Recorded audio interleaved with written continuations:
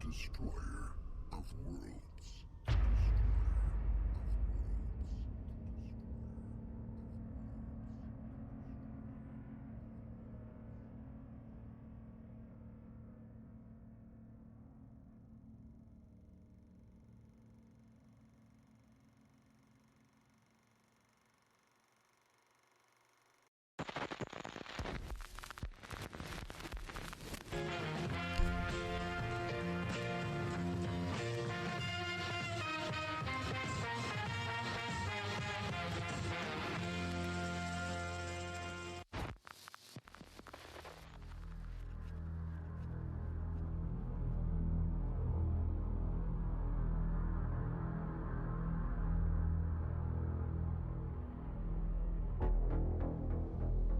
Killing it is his business.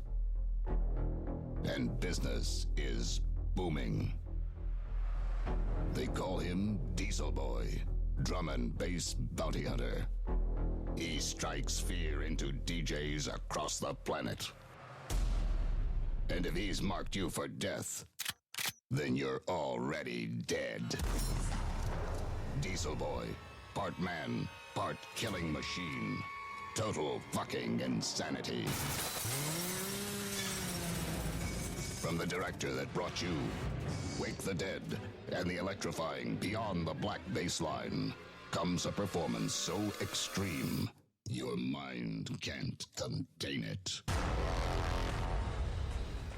Watch the body count rise as you experience the white-hot fury that is blood, sweat, and bass. Rated R. Under 17, not admitted without parent. Blood, sweat, and bass. It's gonna get ugly.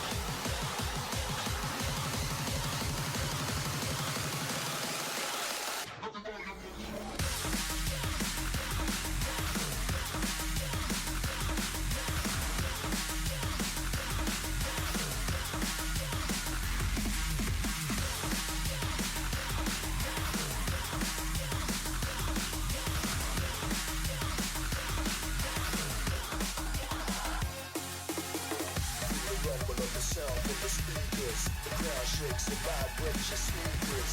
When the floor starts crumbling beneath ya, take it down, take it down, take it down, take it down. The rumble of the sound from the speakers. The ground shakes and vibrates your speakers. When the floor starts crumbling beneath ya, take it down, down, down.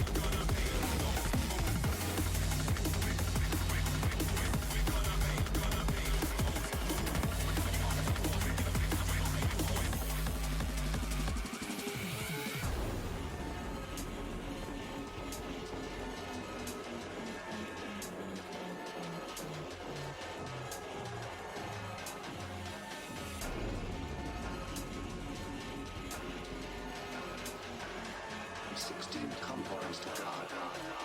About 100 more ships, we still wouldn't have enough.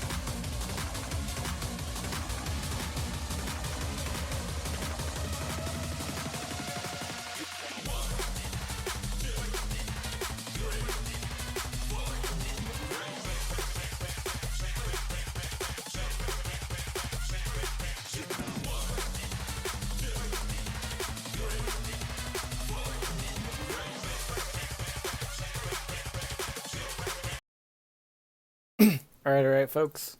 Rather than keep you guys bored here, we're going to go ahead and talk with someone from Most Wanted, build up some of this hype for this final match if we eventually get to it here.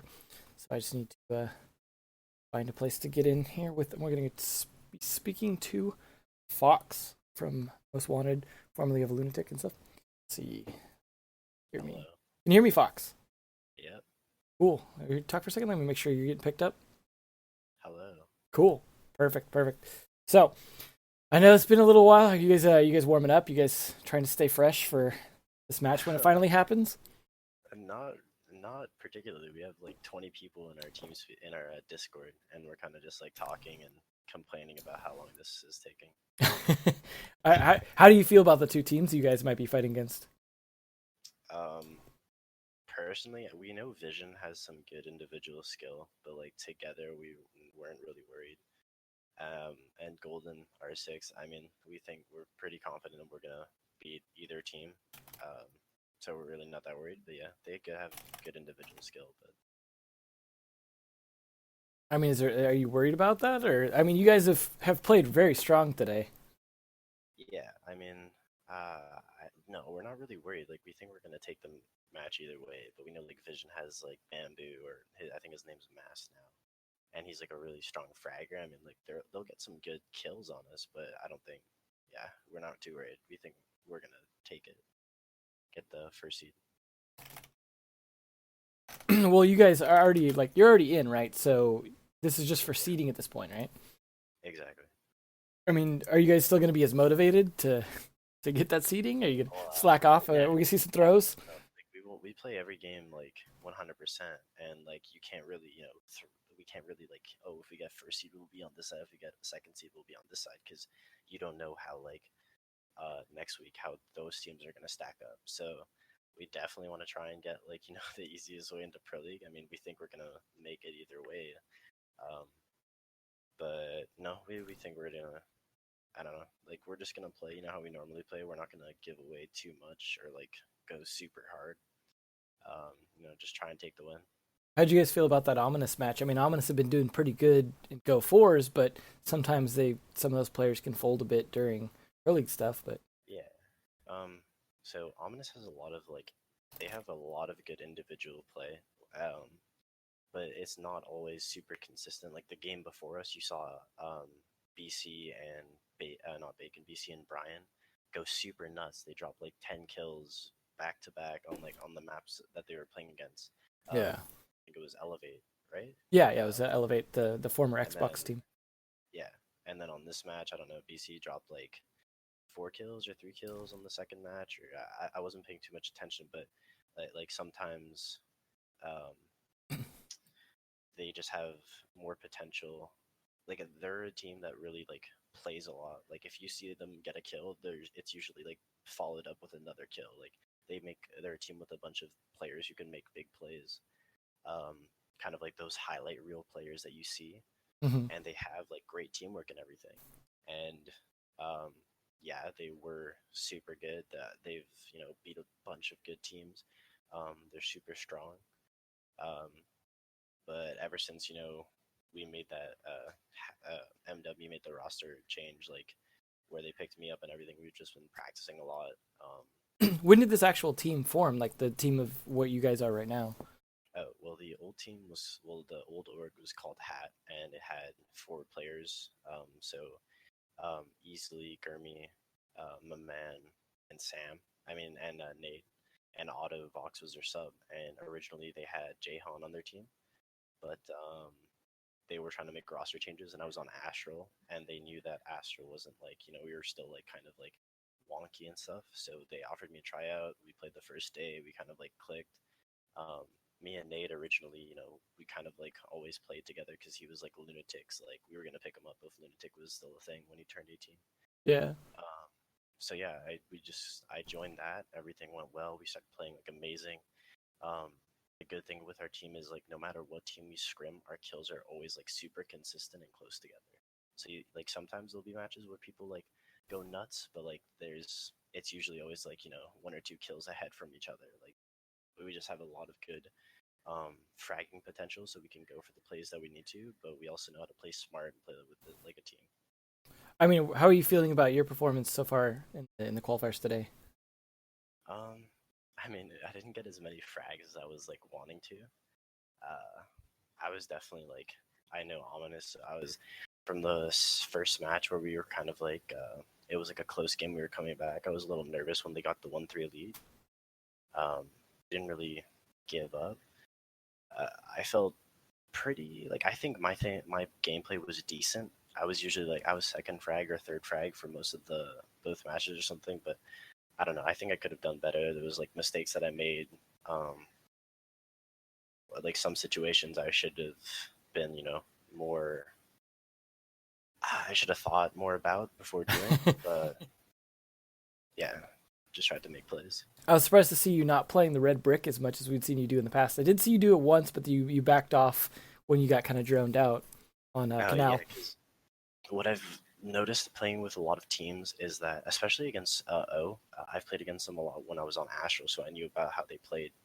But playing in red brick against O especially doesn't really accomplish anything because they don't really take it. They go from the L side. and they usually just leave one person on red. So I didn't want to contest that. I sometimes I would open up a window for later if they were like straggling on box.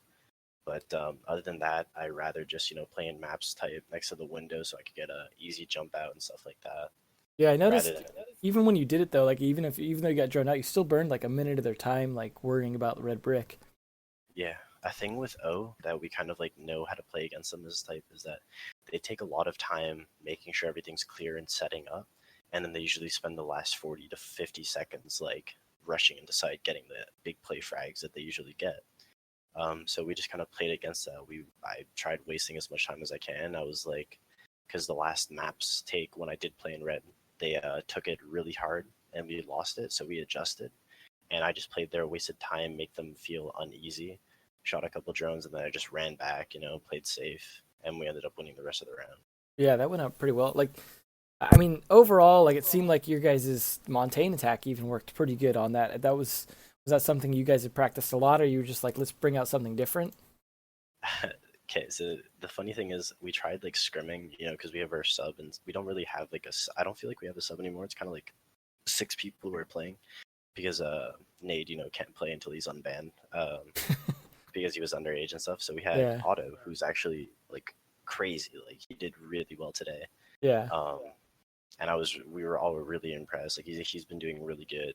But the thing is with Easily, when we tried scrimming without Easily, who is our like Montaigne player, everything went terrible. Like we got 5-0. Like we need Easily. Like he's probably like one of the best.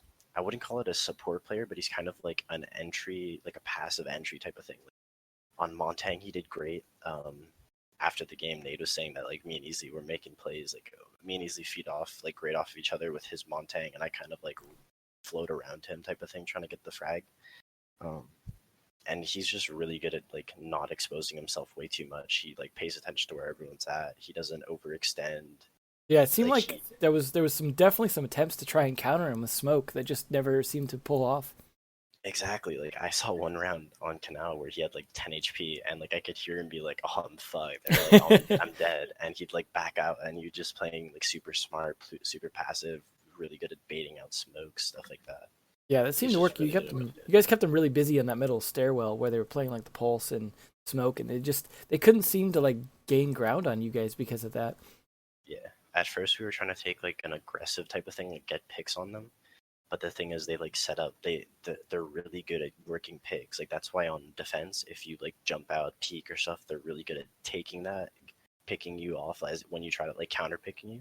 Mm-hmm. So Easily was really good at like not getting picked and like getting positioned too. So it was just we tried playing with Blackbeard at first, and it wasn't working because they would just like counter pick, and then you just switched onto the Montaigne, and that's where we found like success. Yeah, it seemed to work out pretty much every time.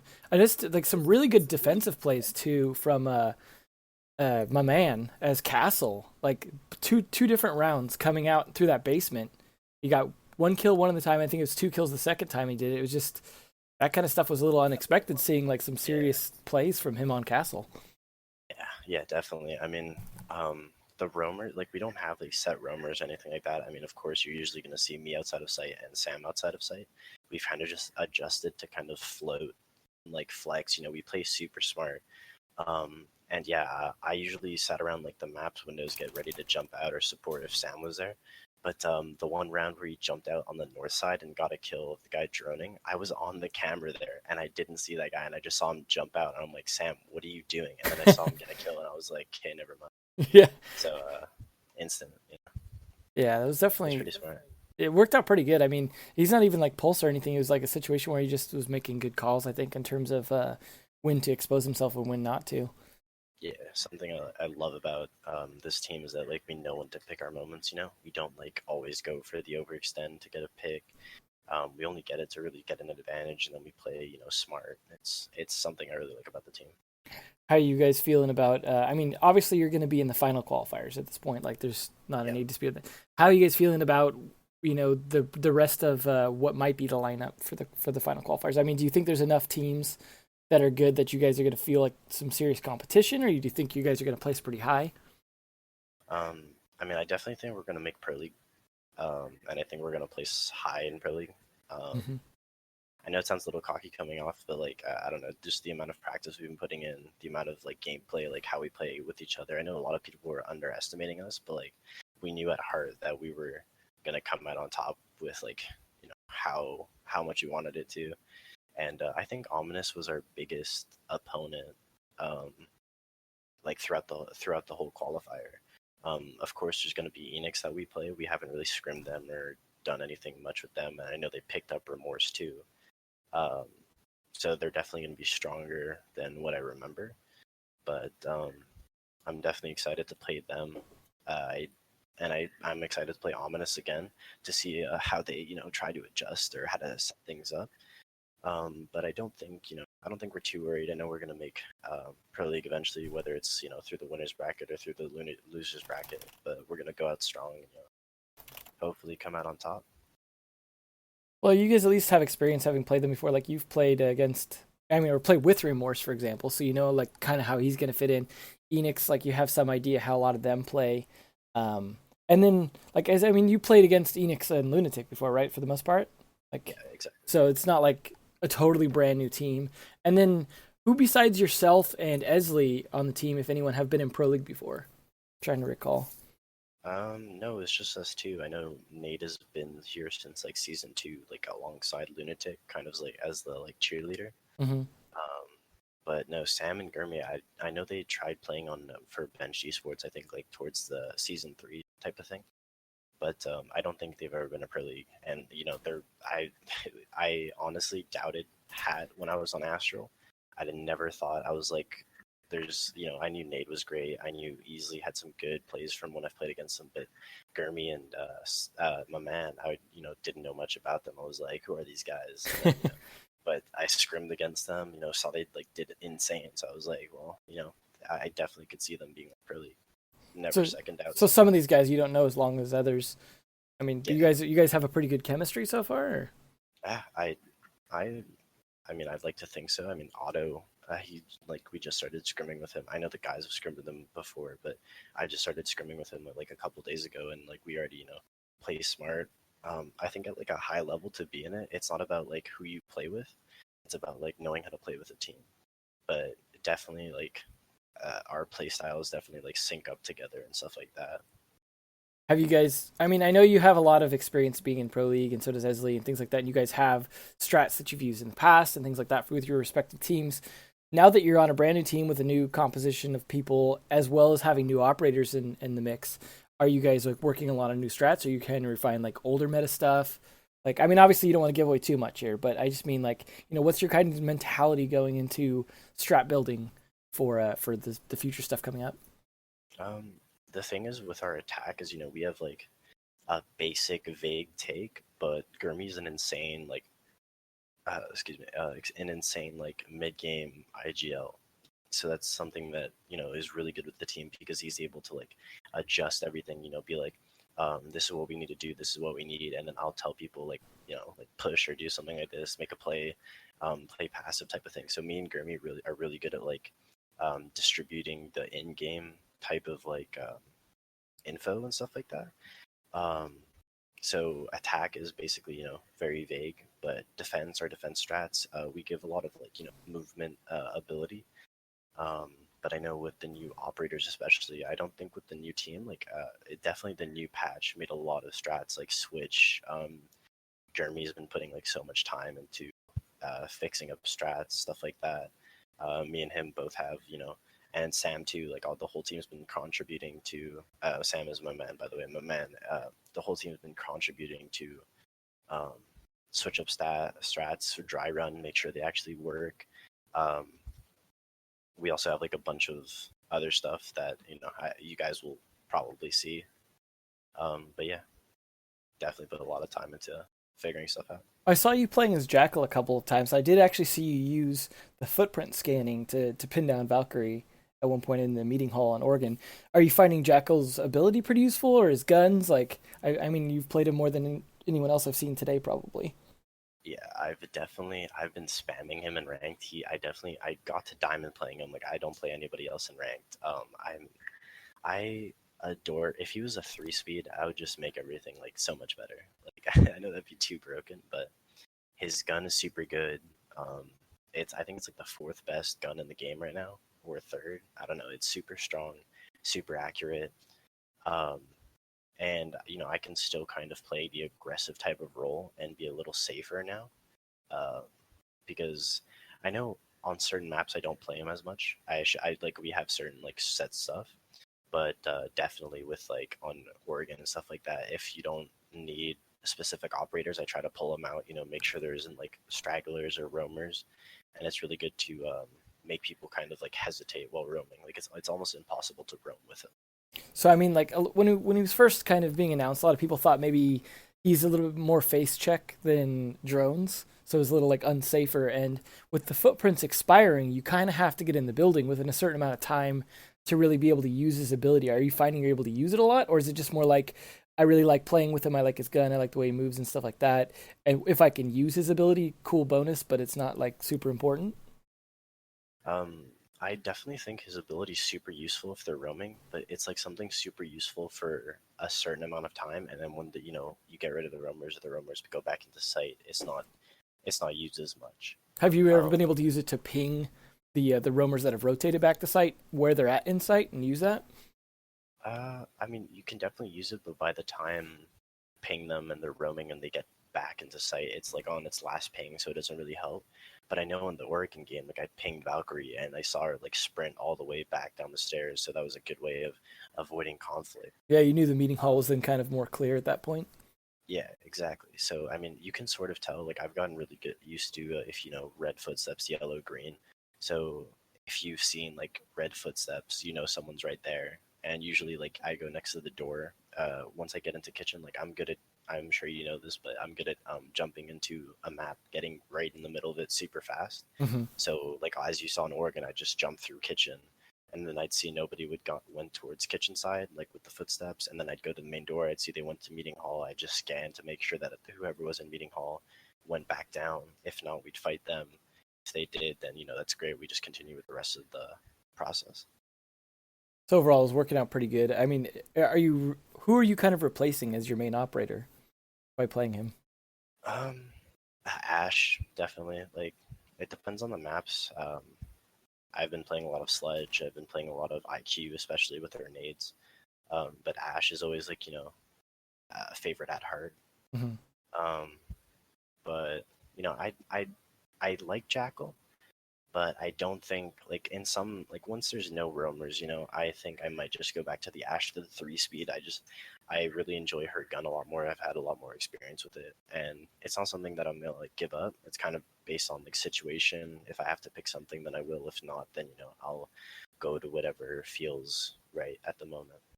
So the maps that you guys played today were those ones you'd practiced a lot on, like because you're newer to the team, right? So like Yeah. you guys haven't had a ton of time, I imagine, to run a lot of strat stuff. I mean, were they pretty well prepared and just filled you in, or were you bringing stuff from your past? You'd be surprised. Like I joined, I don't know, I think it's like a month that I've been with the same team. Mhm.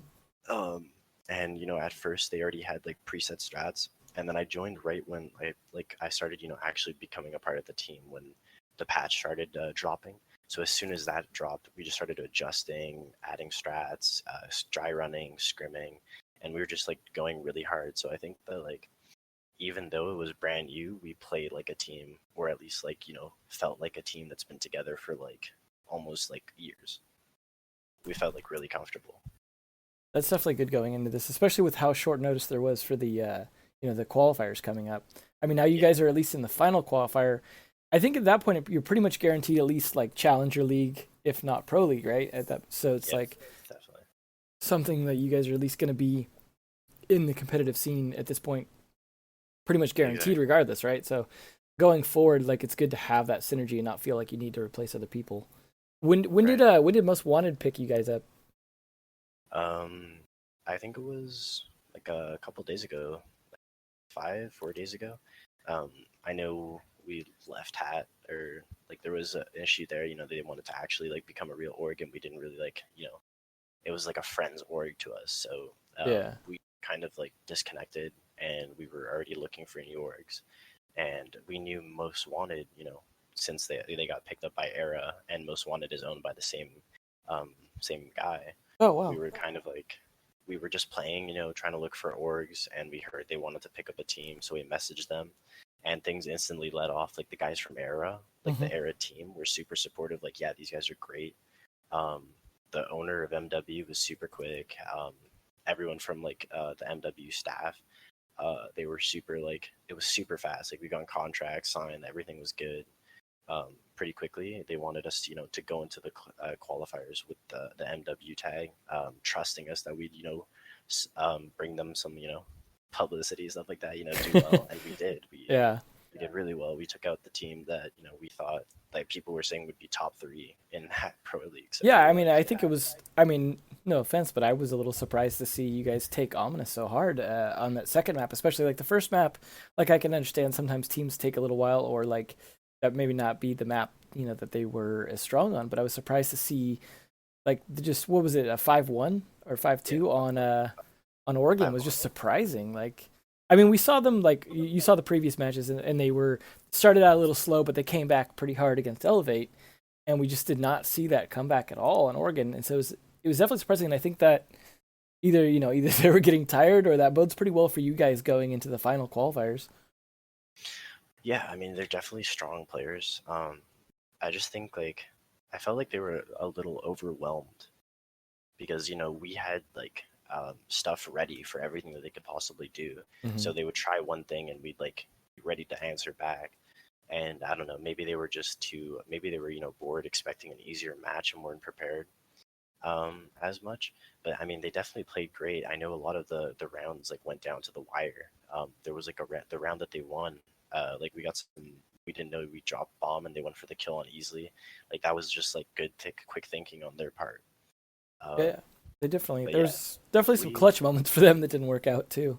yeah, we think we got what we ended up with what we deserved, like with the amount of work we've been putting. Um, they're a great team. We just uh, that's how like the map rolled out. I don't know. We think we played really well and we deserve the win that came out. I was surprised to see the laundry plants going off so easily when you guys would push down with Blackbeard and Habana and make those plants at the washing machine. Like that being such a established meta. I mean, I guess everyone was running new operators and stuff. I mean, if you count Habana still as a new operator, but it was surprising to see that still working. Do you think they just weren't getting their smokes off the way we used to see, like in terms of that defense, or that you guys were just playing that strat like a really solid way? Um, I definitely think like the smoke. We did catch him. Make a couple like whiffs on the smoke. But that's because Easley was putting such great pressure on the hallway, and they weren't comfortable to peak. They didn't have people running out. Like we kind of made them like know like, hey, if you peak, you're getting shot. So they didn't play super loose. They played pretty conservative, and I guess trying not to get killed. Smoke would just chuck. He'd miss it, but he'd get it. Um, I know one of the rounds they had a ton of barbed wire, and somehow like auto, like we were just like, hey, we need nades or something, and we didn't have anything. And then midway through like our rambling, we just hear auto saying, all right, guys, I got bomb down. And we're like, what? Just ran through barbed wire. Like they weren't peeking him. We just It's they, surprising too because they would play Mira on there, so they had the opportunity to see what was going on without having to face check it. exactly. I guess we just put intimidation. We just intimidated them in some of the rounds. I don't know. I guess it was just like little mistakes on their part. I know Chapstick was having some like internet issues or something like that. So that could have been a part of it. But yeah, other than that, we just got the bomb down real quick and then held, and we were ready for everything. Is Chalet a map you guys are going to be pretty ready to play too, if that came down to that, or is that just like a what's left on the table kind of thing? Yeah, we were confident on every map except like we were pretty confident on every map except for one that we like always target ban. Yeah, you don't have to say it. Yeah, no. Other than that, I mean, we're confident on every map. We have new strats and new adjustments for everything. We scrim them like constantly every day. Chalet, it's one of our favorites. We have some good stuff on that. We didn't get to play it at all as much as we'd like to. Like a lot of the maps that uh, love, or at least I love playing my role on, we didn't get to play today.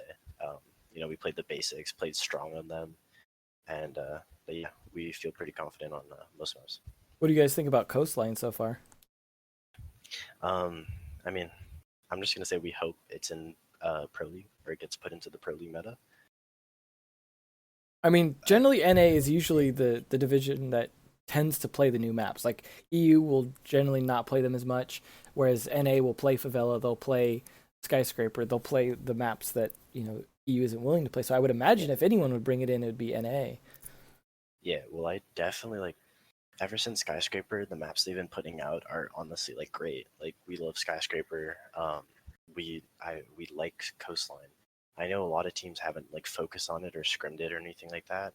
I know some that have, and I mean, if it comes down to it, we'd love to play it, especially in Pro League or anything like that. So hopefully it comes down to it. Hopefully it gets put into the pool, but who knows? I mean, I haven't seen a lot to know whether or not this is an issue or not, but does it seem like there could be a lot of spawn peak kind of thing going on Coastline or no?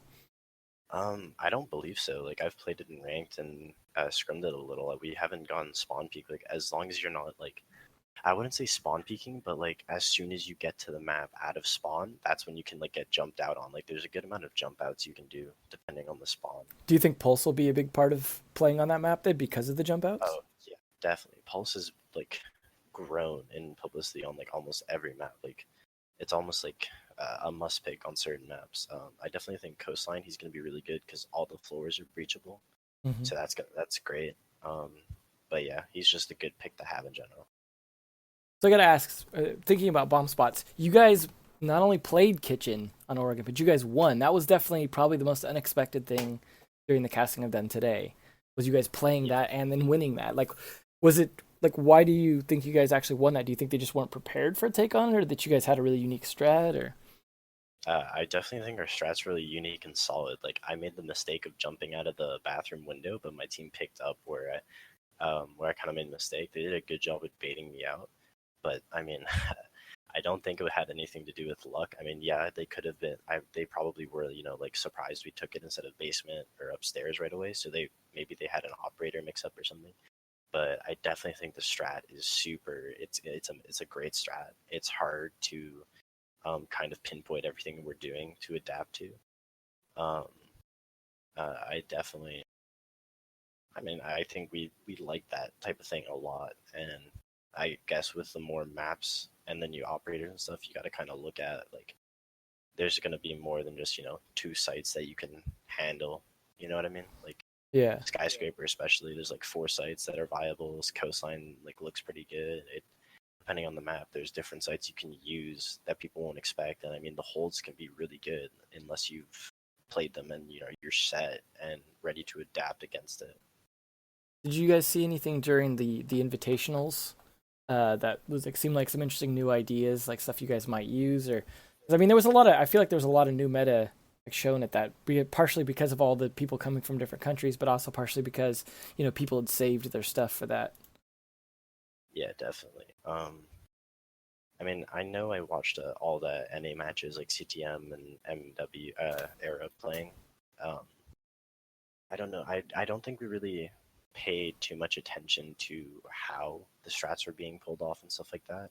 We were just kind of paying more attention on how people would play in certain situations. I know most of our strats we kind of all made by like with like thoughts and what we've made and adjustments and stuff like that. We didn't really take anything. I know our that kitchen hold though. Flip side, we kind of had some inspiration from them when we like scrimmed them before, and they used it against us when we were like, "Duh, this is nuts." So we just took it and copied it. We just like try to make adjustments to it and made it our own, and it seems to be good. I feel like that's what top teams really strive off of each other, kind of doing make each other better by trying out new stuff on each other. Do you think it being on stream now means you might see some other people do it? Oh, definitely. I mean, I know some people were talking about like the camera wasn't like you were on cameras or places that didn't really show off the full effect of it. Plus, I mean, you have to get into the habit of playing it and know what you're doing. So I don't feel too worried. I can definitely see some other teams picking up or trying to replicate it. Um, it's definitely going to bring a lot of variety to this new season R6. Are there some other maps where you're like looking at unconventional bomb sites to play? I know we've seen that from Continuum in the past, where they've been willing to like try some of the unconventional maps and like stuff that people just kind of were questioning. Is there? I mean, you said you guys are looking at stuff like that because of the new operators. Is there some other ones we could expect to see maybe? I mean, I don't want to give away too much, but it's kind of like Sure. if you look at a map and you look at it, you know, people usually pick the two same sites. So Arnold, Oregon, there's basement and upstairs, but like the other sites aren't bad. You just have to set up like think about using like a regular ranked hold, like you know, in kitchen you'd reinforce like the basic things, and um, so you take like a basic hold of that site that you've seen people do before or try, and you just kind of like take into consideration where teams will normally come from and how to play against it, and then you just like open up and adjust to how you would play against it. So, I mean, I can definitely see like I mean, I can tell you guys like probably like Cafe because I despise that map. So I don't know Cafe. You could probably see some people playing in the bakery area. You guys would probably be like, "What? That's insane! How would someone do that?" Like with Mira, especially with like other ops, ditch the new adjustments. Like you could definitely play against it and adjust. It's like good to have some back pocket type of strats to surprise a team on. Do you think so? Then the last two DLCs, the Red Crow and this one, you think have done a pretty good job of keeping the meta interesting and not just being like kind of worthless operators? Yeah, definitely. I think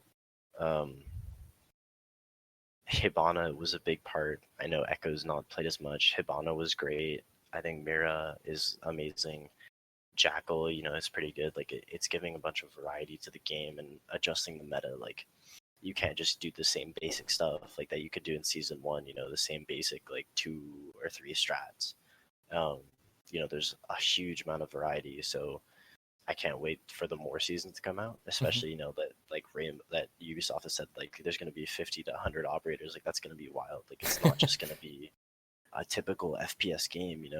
It's going to be kind of like a mix of like FPS and like the pickability with like MOBAs, and also what they're doing about like nerfing certain people and buffing other people is great because there's going to be like specific counters to certain operators, so that later in later in the seasons when there's like 50 operators, there's going to be specific comms to specific maps for specific teams. It's not just going to be like the basic 5 going in and attacking, right? It's going to be like they can pick this and do this, they can pick that and do that. Like this, it's going to be incredible. Especially depending on the abilities of the operators too, because you could see some ones that might do some real heavy modifications to strats as opposed to ones that are just kind of more utility.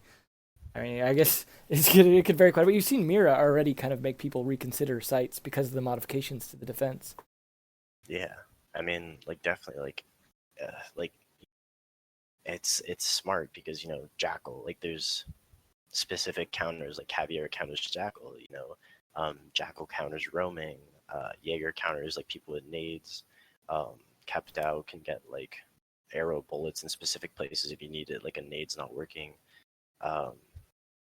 But like he's also nerfed. Like there's like pluses and minuses that you can take. There's not just like anymore where you can't just be like, I'm gonna take this person because they're currently the best. Like in season 2 or season 1, like people would just play Jaeger and it would pretty much be over. The basic 5 stuff like that. Now Smoke is good, like incredibly good, and he doesn't have an ACOG on his SMG, so he's not like there's like not a lot of room for problems, I guess, type of thing. I don't know. It's just gonna be. I can't wait to see like how the game expands and evolves. Who do you think really needs like the most adjustment right now as far as operators, like whether it be nerfing or buffing? Chonk. No, I'm joking. He should be removed from the game. No, he's definitely great. I think Capcan and Glaz. Like, I mean, Glaz is. I mean, he's all right now, where he's kind of like a one-shot down for like 3 speeds and 2 speeds. Mm-hmm. But Capcan definitely, like Capcan's so great. Like if he was like maybe a 2 speed or a 3 speed, he'd be played a lot more. It's just that he's so slow and bulky. Everyone can hear him and see him putting traps down. His traps don't need to be different. Just him in general. There's him. I think everyone else is like pretty straightforward. I mean, definitely the shield operators like Blitz, not Montang. Montang needs to be nerfed, but Blitz, I feel like he's a little useless. Fuse is pretty good, but his shield isn't that great. But yeah, I I mean, definitely Fuse got that one buff that seemed to make him a little more useful. We saw yeah like Avian playing him a lot, for example, on Clubhouse in the Invitationals. yeah his nades are great. Like he's not the problem. It's just his shield. Like the shields like Blitz's shield too. Like yeah, he can flash, but no one's gonna. People know that they're not gonna get close to him, so they just shoot his hand, and he's dead. He can't really protect himself, and he has a pistol, so um, he's not played as much. But yeah, I don't think anybody's super underpowered or overpowered right now for the competitive scene, at least. Well, I mean, Montaigne, you said needs maybe a little bit nerfed. We've seen some people figure out how to work around him more so with smoke, I think. But like just due to the way people are able to kind of figure out how to shoot with him by themselves better now, like be able to drop the shield fast enough to get shots off and stuff. Do you think like he's pretty strong in terms of that, and you just really have to kind of counter him?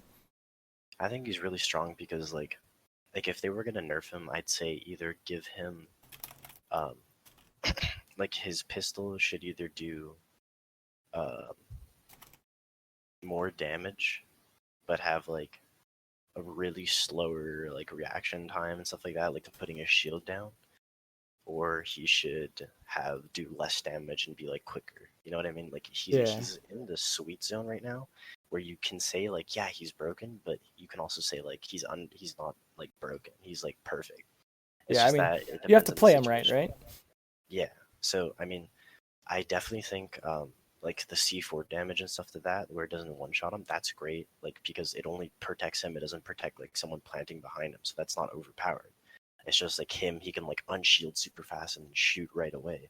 That's the part that gets people like aggravated sometimes. Like you'll be in front of a Montang, you'll like I don't know, like try and like run behind him, and as he's turning around, drops his shield and like shoots you one time, and you're dead. So, I mean, overall, with all the balance changes and things like that, and the new kind of format for getting everyone into either Challenger League or Pro League, I mean, do you think that things are going pretty well in terms of like this season being even better than the previous seasons? Um, yeah, I think every season, like this is something that I've noticed even like season 2 and 3, that every season is gonna get better and better. Like season 1, 2, Orbit in the finals, Flipside or Trinity at the time, or VWS, like always the same two teams in the finals.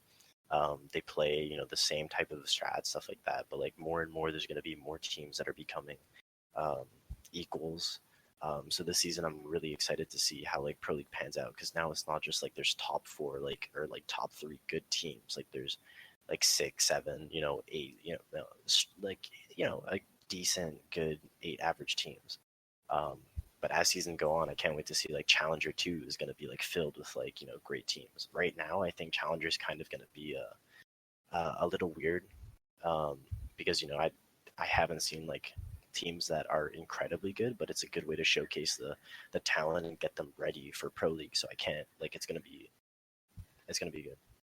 Yeah, I mean, it's definitely something that's like a little difficult for NA to say have 16 good teams right now, right? Because we've historically been kind of short on really good teams. We've had a lot of like you said, kind of top four, and then everyone else kind of being a bit of a gap. But I mean, a lot of the people have kind of spread out. We seem to have gotten like for example, your team only having two former pro league members like is a good sign, I think, in terms of us having some new talent on the scene, because NA Exactly. has been accused of being kind of a small pool of talent.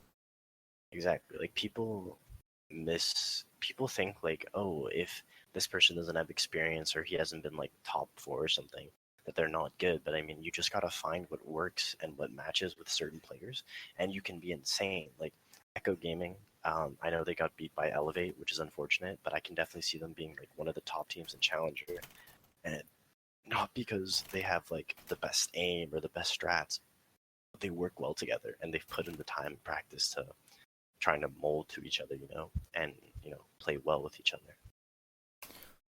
Well, I mean, now that everyone's kind of moved around or well a bit too, like you have a lot of people kind of leaving and reforming teams, and kind of spreading out the experience around in terms of like pro league experience and having worked with like other teams that have done well.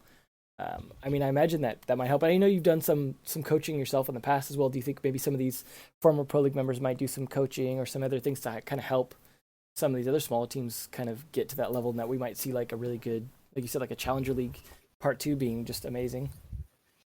Yeah, I mean, definitely. I know a bunch of pro league players that kind of help out friends and stuff. I know personally, I'd love to give pointers and stuff like that. Like some of my previous VODs on my stream.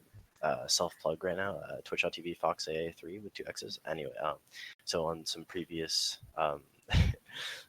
streams and stuff like that, like I've gone over like maps and how to play smart and stuff, and play, with a team on certain maps. So there's definitely that where people can like check out and stuff like that.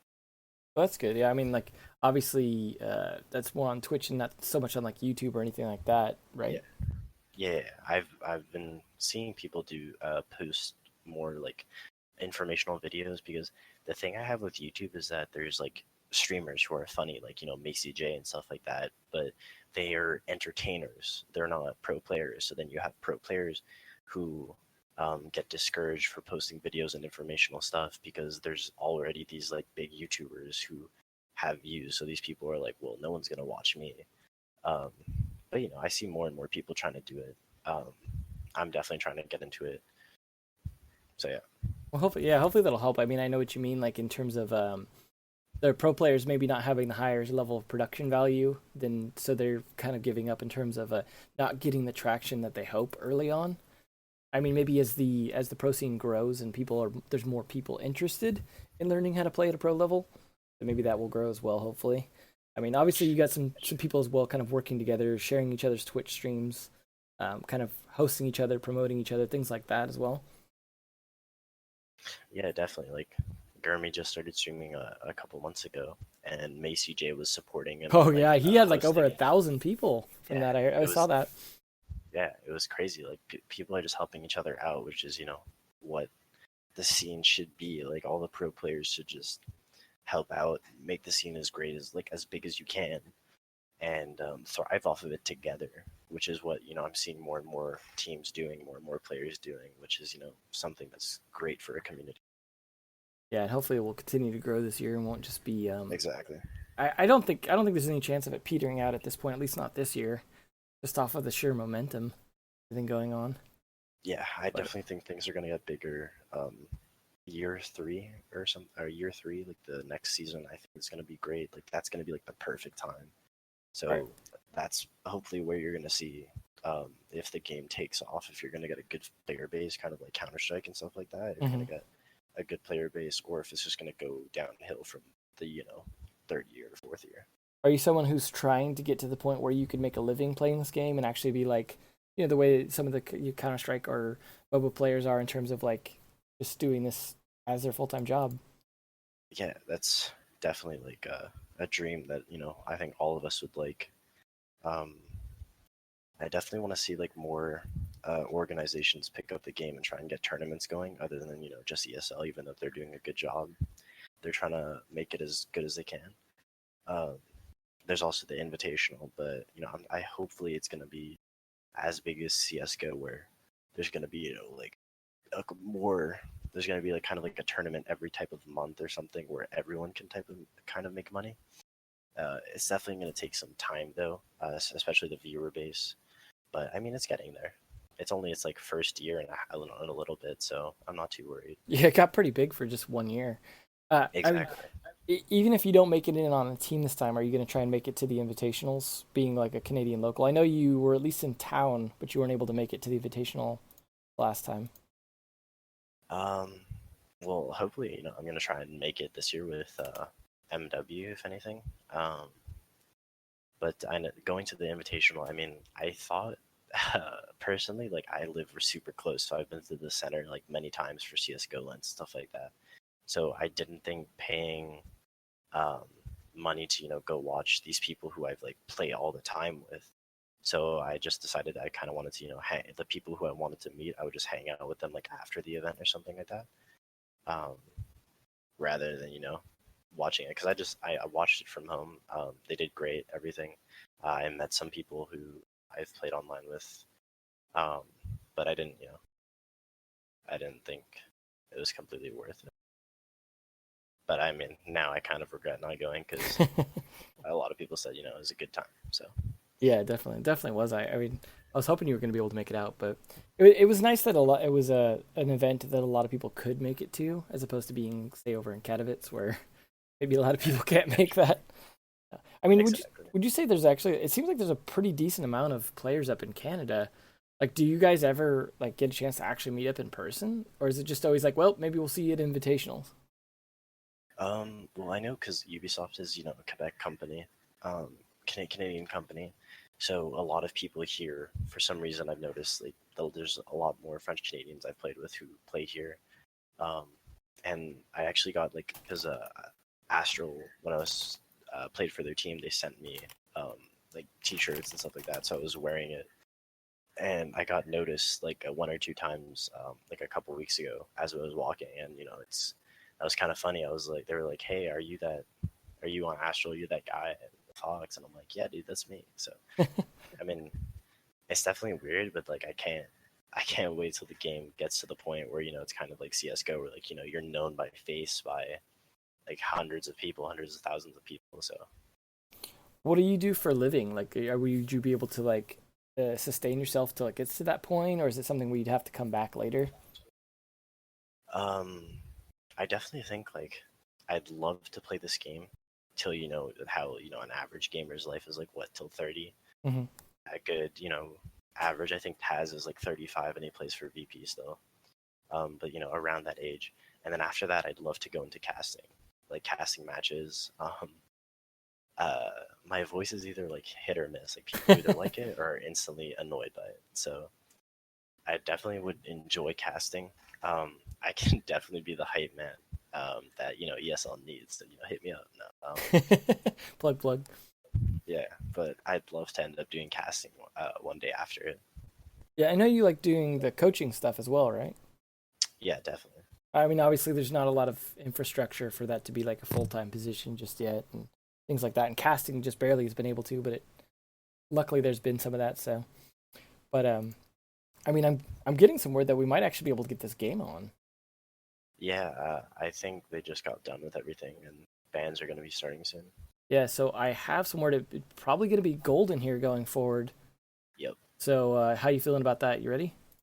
Yeah, I'm like really close with like Jitus on the other team and stuff like that, and it's kind of it's gonna be a good game.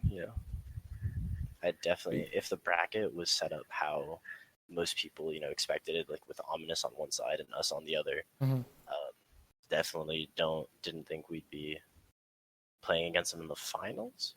But I mean, I'm happy we're playing them. Like, I think they would make the qualifier, but I think now it's going to be a fun match. We're not going to get too crazy. It's going to be good friendly match. Cool. Well, I'll let you go so you can get ready, get your self warmed up, whatever you need to do, and I guess we'll get ready to get this match going here. I'll get those invites out and all that, and we'll see you in the game. Thanks for taking the time to do this. I hope everyone enjoyed getting a little insight from Fox here, long-time player. So thanks again for doing that. Peace. Yeah, no problem. Anytime. All right, folks. So with that, we are going to have the match. Get ready here in just a few moments. I'm going to throw the music back on just for just a minute while we get the lobby up, get people in, try and get this going. They've got to do some picks and bans stuff as well for their maps, but it looks like we will get this on after all. Now that all the protests are all sorted out and stuff like that. Not sure how it all went down, but I do believe there might have been some Moss-related incidents that ended up with Golden being the one going forward here. So we are going to see Most Wanted versus Golden R6, as we were just discussing. So we'll be back in just a moment for that.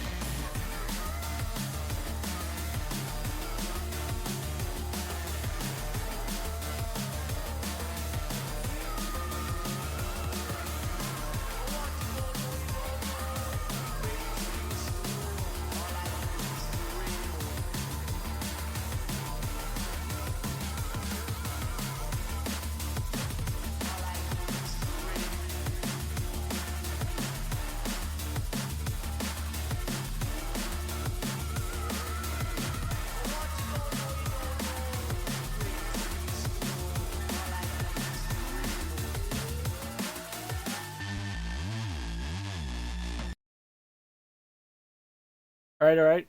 Here we go. Time to get started. I know everyone's been waiting. A lot of people watching. Let's get going here on Border. It's about time. Sorry for the delays, everyone. There was a lot of issues, Moss stuff going on. Everyone trying to get their stuff sorted, protests, etc. But here we are.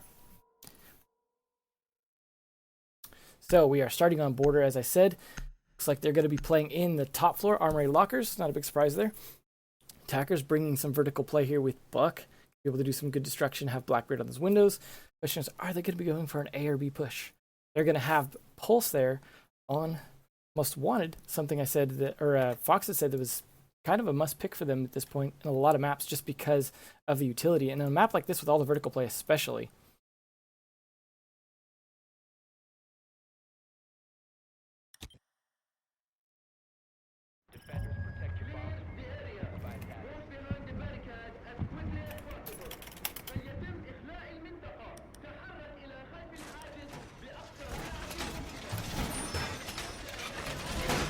Alrighty here.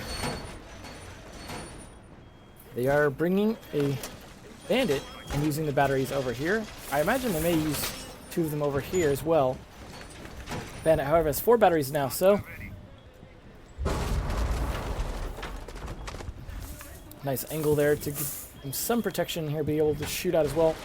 Start breaking open. Esley over here getting the Valcam set up. Making sure they have control of that area. That is a very vital area to attacking the spawn spot if they go to attack this A side here. Let's see what the attackers are going to do. We haven't been watching them today. We've been watching Most Wanted and we watched Ominous earlier, so we'll have to see how they're going to play this. Lazy Dog already taking some shots, trying to see if he can catch anyone off guard in that room. Looks like Jidus wants to follow that up as well in case someone was going to be a little cocky. Sometimes people like to use that for a quick spawn peek or rushing spawn. They just want to punish that if that happens to be the case here. Good aggressive play here from this team. Looks like they're getting set up, getting ready to do some stuff on this.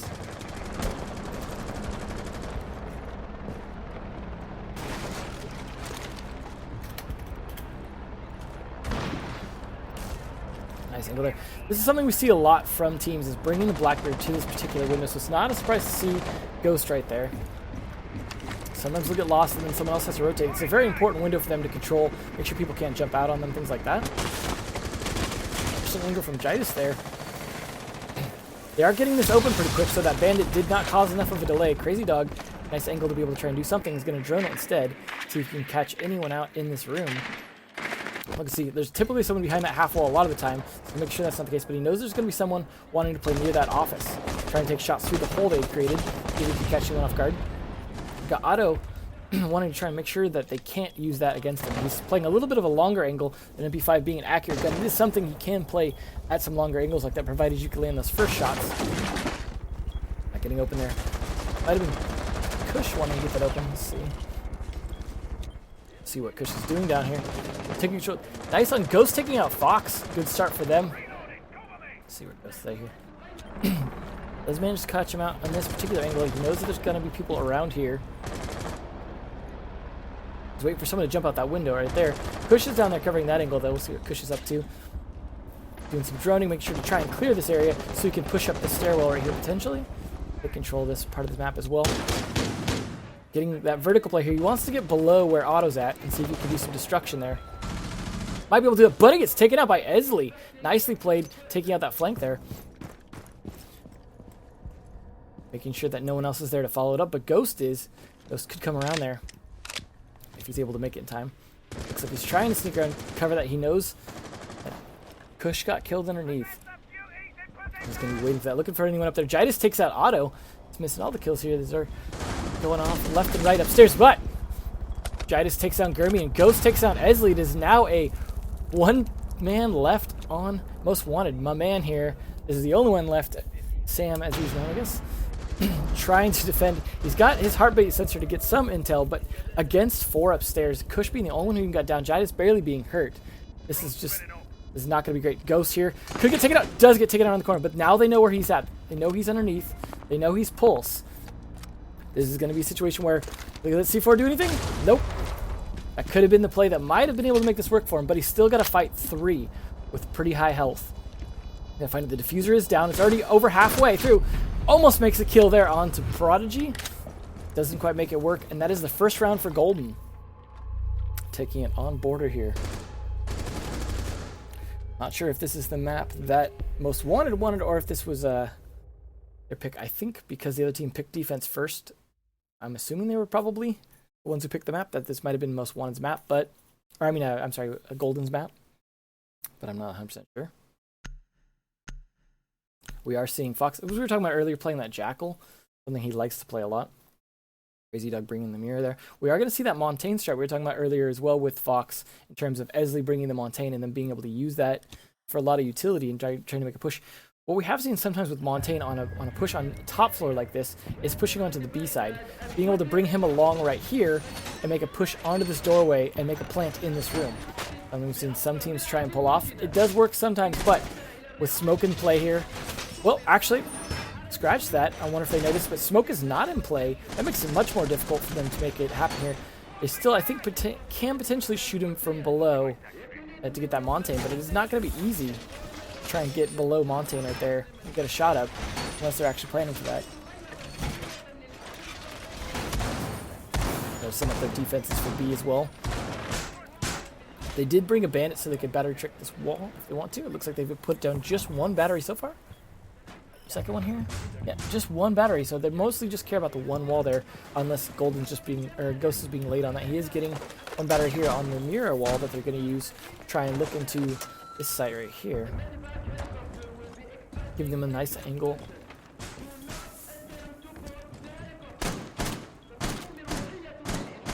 Got Fox over here trying to push aggressively. Let's see if we can getting anything going here.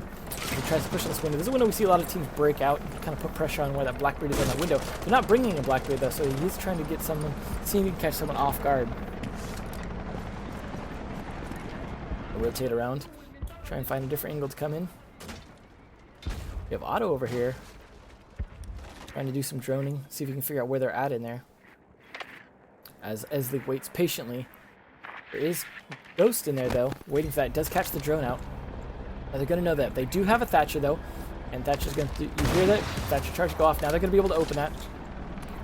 As he's going to be waiting, he's going to make his push through the door as soon as they can. Put additional pressure here as they blow open the wall. It's a hole open there. He's looking in, trying to get some intel for his team, give some idea what they're going to be expecting. Ghost taking a longer angle now though on Crazy Dog as well, using some lines of sight through that. Trying to use that mirror wall right there to give some intel for his team and be able to help call Ghost out. Fox though taking a long angle there. Fox takes out Kush. Playing that long play has taken out the roamer. That's really paid off. Gonna see Otto trying to make some shots here around the back of Esley. Plant could come down here from Otto if he can get in long enough. They don't have the smoke, and if they know that, there's not a lot they can do about it. That pulse could come in handy in terms of trying to get below and do something from there. Prodigy is downstairs, but he's not in a position to stop them just yet or do anything about it. And he's also going to have to contend with Fox trying to clear out those roamers. I think we'll see what Fox is doing on that. He is looking for him. He is trying to find Prodigy. Maybe no fresh footprints just yet, but he's going to try and make something happen there. We've got Esley already pushed his way in. My man takes out Ghost. That is a lot of people cleared out here. It's now all down to Ghost. Crazy Dog. Oh, the C4 doesn't work. Shots come down from Crazy Dog, though, as he does take down Otto, but is quickly traded. Shield comes back up as Prodigy takes down Fox. That is the roamer actually succeeding to stop the anti-roamer, but Esley taking down Crazy Dog means they've got control of the site again. It is all down to the roamer and Jidus here, playing a bit longer angle with that Rook. So they're all just taking fire here as long as that plant can get down. Unfortunately, Rook is the one with the plant. He's going to need to drop the fuser, but Gurmy takes down Jidus. That is now one left to contend with. It is all on Prodigy to do something here. He's got the C4. He's got the pulse, the heartbeat detector. He can potentially do something to make this count here if he could just take out this Montaigne. It looks like the plant's going down by Esley, and I don't think Prodigy knows it. If he knows it, he'd be able to stop him right now, but he misses the shot, and that is my man taking him down. Coming around from the side. Nicely played. Good flank here, taking advantage of the fact that he's going to be focused on that top floor, trying to stop that plant. So, I believe that does put it at 1-1. Nicely played by both teams, both of them winning their attack rounds, showing that neither of them have what it takes to defend that bomb site just yet. But that does mean, of course, with an all-attack victory here, we're going to see the same bomb site again. So, it is all down to whether or not they can defend this differently this time. Hopefully we'll see some adjustments too if this doesn't seem to work continuously. I imagine most one's going to make some adjustments on how they played that out. A little bit better, not get picked off so easily, get pushed in there. They are bringing smoke, so they do have more of a counter to a push into that room. And I imagine when Macy Fox try and play some room on this to try and get around behind them, make sure that if they go for a push that he can perhaps take the TV room and get from behind, but not always easy to do. Easier said than done, right? You got to contend with getting up and downstairs and things like that. We're seeing a similar defense right here that we saw previous time. Just trying to get an angle from that side.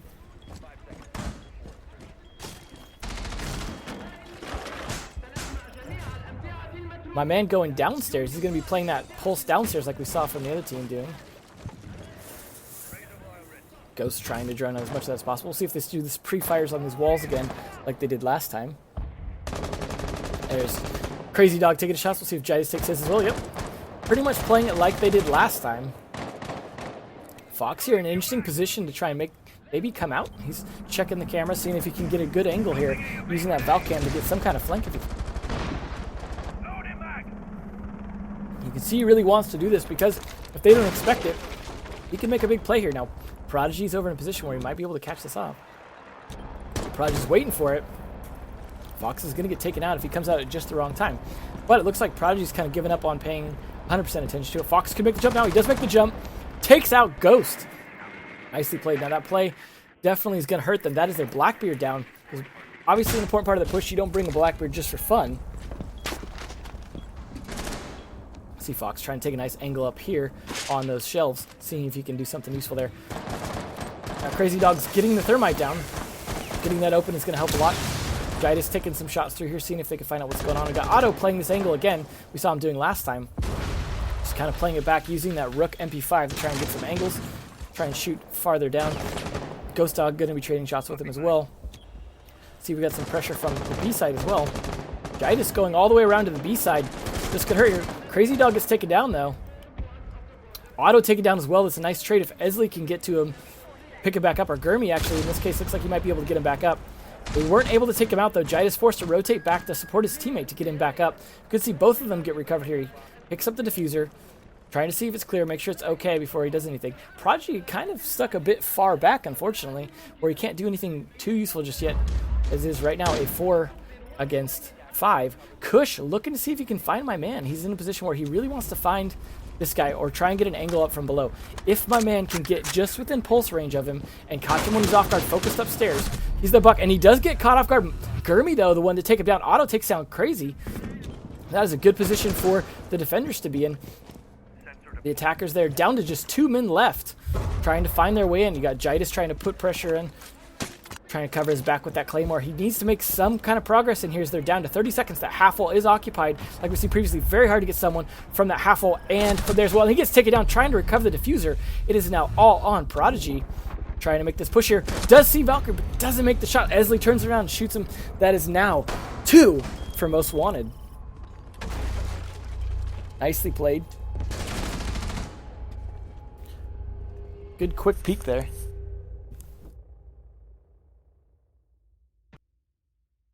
And that puts it to 2-1. Most Wanted up a point here. This is the map that I believe they wanted to play, so they're at a little bit of an advantage. We saw some strong play from them earlier. Didn't see the match that Golden played, so not sure how that went down. But I think it was a bit closer than Most Wanted's 2-0 victory from last time.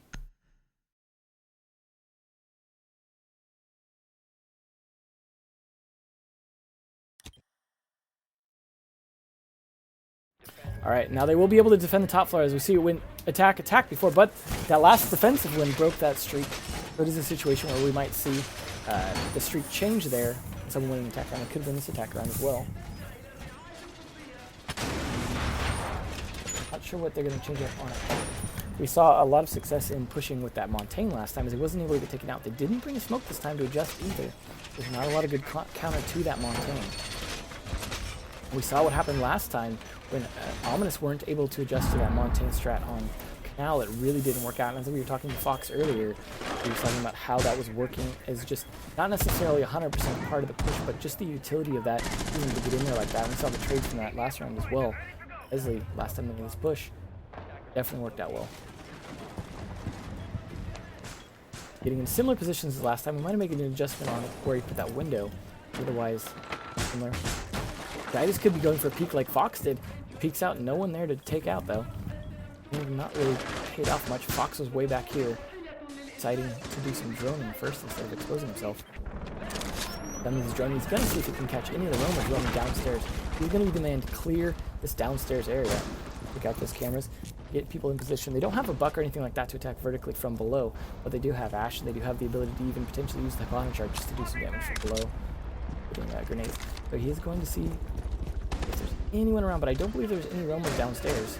So there's no one for him to catch. They're all playing top, but he is in a good position to start doing some attacking there. Take some shots on Kush. Nicely play there. Gurmy trying to make his way in, take control of that TV room. They need to get control of that to be able to make their way in. Fox looking to see, does catch some footprints off. Now he's got Pulse's number, and that's going to be big because Pulse is going to be the one trying to make some kind of play here. Prodigy in a position where he could catch him off guard doing his droning right now. If he could just make a play off of it. But Fox is far enough away, and the pings are going to keep coming here. Fox is going to make his play and try and take him out. At the very least knows where he almost lands a shot on Jaidas there. It may have been covered a bit. But Jaidas does find him, and the attacks are going to start coming down here. My man trying to take shots on Jaidas from the other side. That control that window that we usually see Blackbeard on, but they're not bringing that Blackbeard this time. Esley's gotten all the way up here with this. The C4 comes out and misses. He's still guarding it. Otto already pushed way in there, taking kills. Fox taking kills as well. That flank all the way around, just slaughtering them. Dominating that round. It took a while, but Crame Down Crush at the end. Jaidas picking up one auto wasn't quite enough to do much. Then the crush just came down at the end there. Most Wanted just decimating on this map. They may have lost one round, but they've really made the comeback. They've won both their defense and attack rounds now, and they are up 2 points. It is looking good for Most Wanted. Now, they're going to be back on defense, but they're not going to be able to defend the same bomb spot. So we're going to see what is now the typical secondary bomb spot, which is the ventilation room and workshop. So they are going to be potentially on an inferior bomb site, assuming they were starting with their stronger one, which does give a chance for Golden to make some sort of comeback here. But if they don't make a comeback and Most Want to take this is going to be on match point already. And we saw a 5-1 from them against Ominous on Oregon. So this is not terribly unexpected in terms of them, if they're on the right map and playing at the top of their game. Not sure how they were spending most of their time besides that interview with Fox in terms of like being ready for this, but Most Wanted do not seem to have cooled down too much. So yeah, they set up the defense here. They aren't bringing a band or anything, but they are bringing a mute, something that I don't think we've seen them bring before. And on the attacker side, they're actually bringing a fuse, so that should be interesting. They're definitely preparing for, this is the secondary bomb site, preparing to get people out of position by taking control of that top floor and using those fuse charges. Now, this is a map where taking control of top floor is most of it, regardless of the bomb site. You want to use that vertical play, you want to use the floors, just like you do on some of the other newer maps like Skyscraper and Coastline, which have a lot of destructible floor.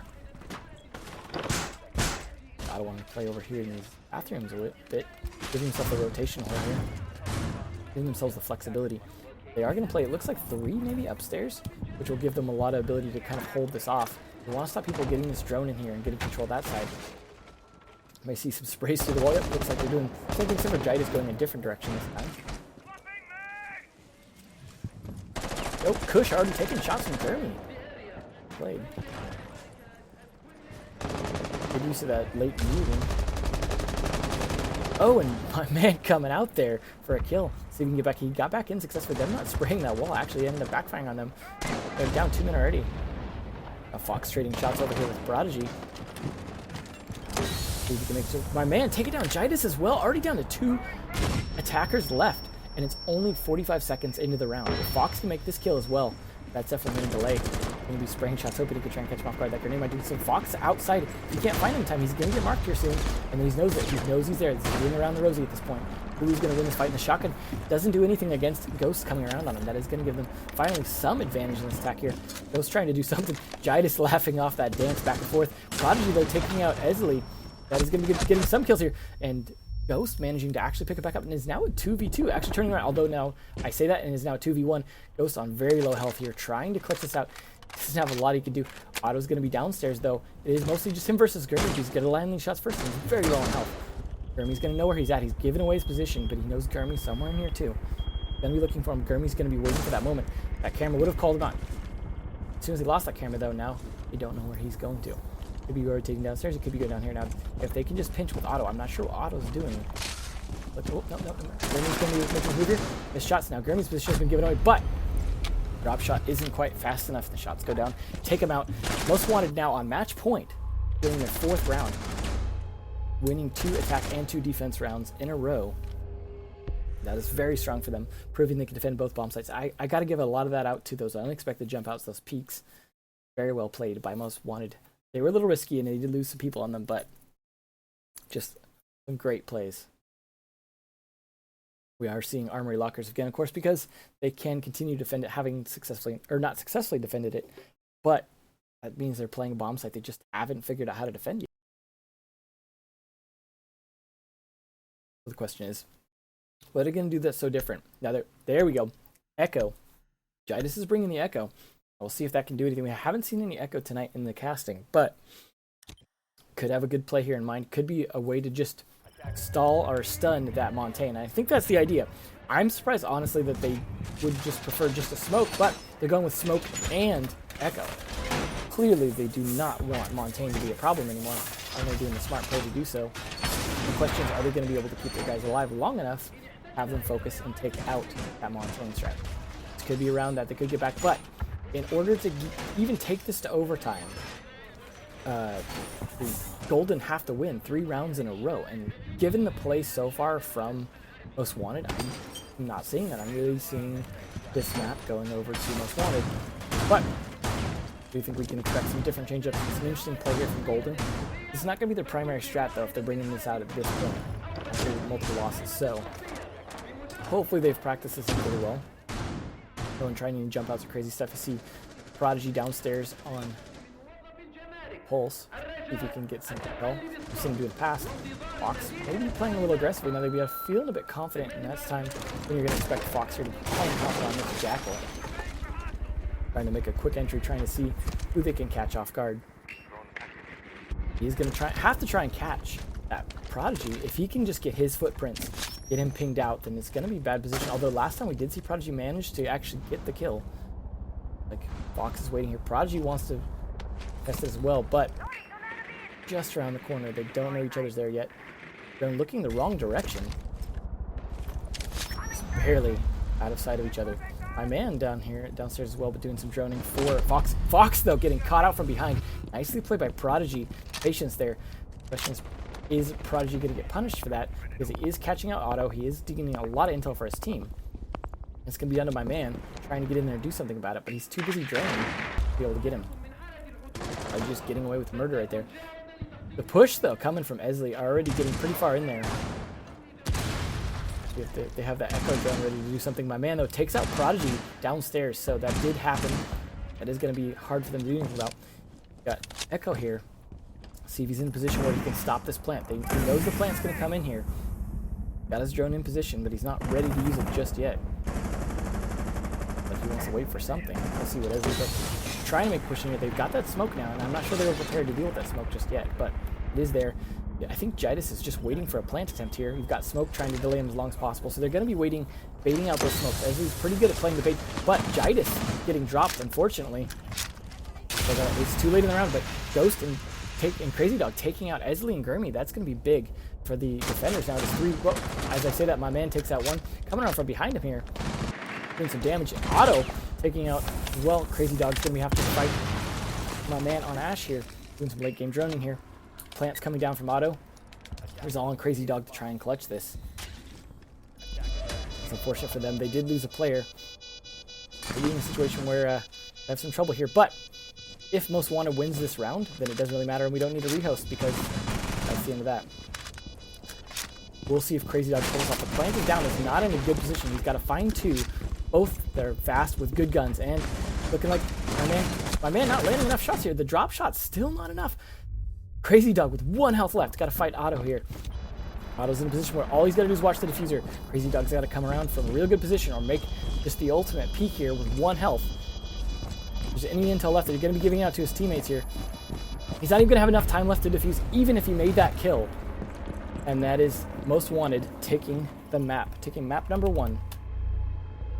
So we are going to not have to do a rehost, which is nice. We're just going to have to get Jidus back in here as we play map number 2. Nicely done by Most Wanted, taking with a strong 5-1 at the beginning. Very unexpected, but now we're going to be going Chalet, a map that Fox said they were pretty comfortable on. So, it is definitely going to be something that we'll see if they were as prepared as they think they are on Chalet, but I expect some good strats from Most Wanted on that map. We'll see if we end up with a if getting to map 3 even, which would be Oregon. We have seen a lot of, there's been a lot of Oregon tonight, so we just got to get Jidus back in here.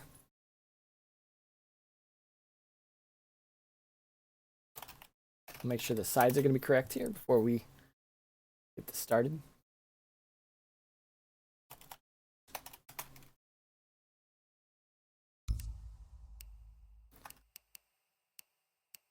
LA.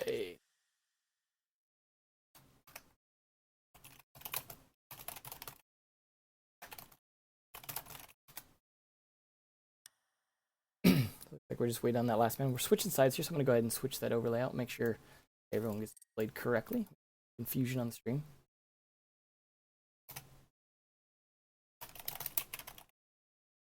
Sides are being switched.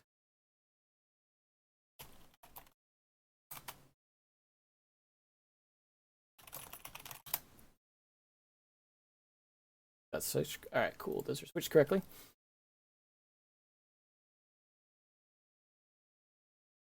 We are just waiting on Jidus to get back in. Unfortunately, I guess his game crashed or something along those lines, so.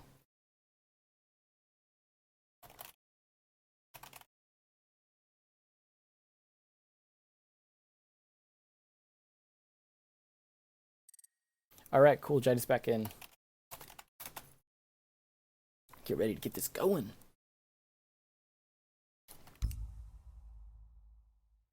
LA. All right. Everyone's ready to go. Here we go. Now keep in mind, both these teams are qualified for the final qualifiers now at this point. It is just a matter of fighting for seeding see who's going to be the top seed. As we talked to Fox earlier, they are definitely not slacking and just taking advantage of being in it. They want to be the best seed they can. They're going to play their full. We are seeing already the fuse being brought out again. This is the second time. Maybe we'll actually get to see it do something this time. Especially combined with the Montaigne. Could be interesting to clear out a room and then push in afterwards. We're going to, of course, see kitchen trophy room first. Not a big surprise there. That is generally the first bomb site because, well, it's just so darn good. Why would you want to play anything else? See what kind of a defense they actually have in mind here. They aren't bringing anyone atypical. We are seeing Prodigy and Pulse. So imagine we may see Prodigy playing it a bit downstairs again. But it looks like he's going upstairs for the moment, so he may just be doing some reinforcements for his team, getting that stuff ready. Seeing Kush playing a bit aggressively. Now, keep in mind, Kush is actually from the original team that became Most Wanted, Era, etc., Orbit. So he has been around for a long time, has played with some of the best players in the game. He's got to know some good strats, is a good player. The question is, can he help bring it back for his team? Jidus just helping clear out this, giving himself extra angles here. Interesting approach. Looks like Gurmy pushing very aggressively for a Thatcher here. Otto taking some shots here. Not sure what. Let's see what he's shooting at. Oh, he's doing some droning for his team. See Fox doing some shooting at that window, or the door there, and the window, trying to see if he can give himself any angles or peeks. Try and catch maybe Jidus off guard if he can. Any advantage he can get in the early game is worth it. We saw previously when they got that early game advantage, took out 3 of the attackers on border. They'll definitely take it if they can get it, but they're not going to do crazy spawn peeks if they don't think they can get away with it. Fox, however, pushing in very aggressively. He's going to do what you see a lot of people do, which is clear out this floor. He wants to make sure that people can't stand in certain spots. The more you can clear out this floor, the better. Now, they're not bringing a buck to do anything about that, but he's in a good position to make something happen here. You got Montaigne already in the room here. Pushing Gurmy, though, gets taken out by Crazy Dog. Nicely played there. I was starting to think Gurmy was going to make that push happen, but a little aggressive for them. Yeah, Kush backing him up here just to make sure. Otto, though, takes out Kush. Otto pushing in aggressively from this side, trying to open up the hatch for his team. Prodigy taking out Esley. The kills are coming left and right as Crazy takes down Fox. Most Wanted down to just 2 men left as my man takes down Crazy Dog. Now, I'm not even sure if we're going to see this fuse attack here. Although it looks like there was a close call there. Almost getting caught out by Bandit. Otto trying to do something here. Does spot out Prodigy, though. That is going to help, but it's in a position where he can't do a whole lot about it right now.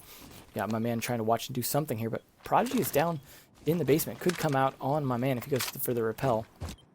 See, Otto's already in, taking out the camera. Now it's going to give away his position a bit.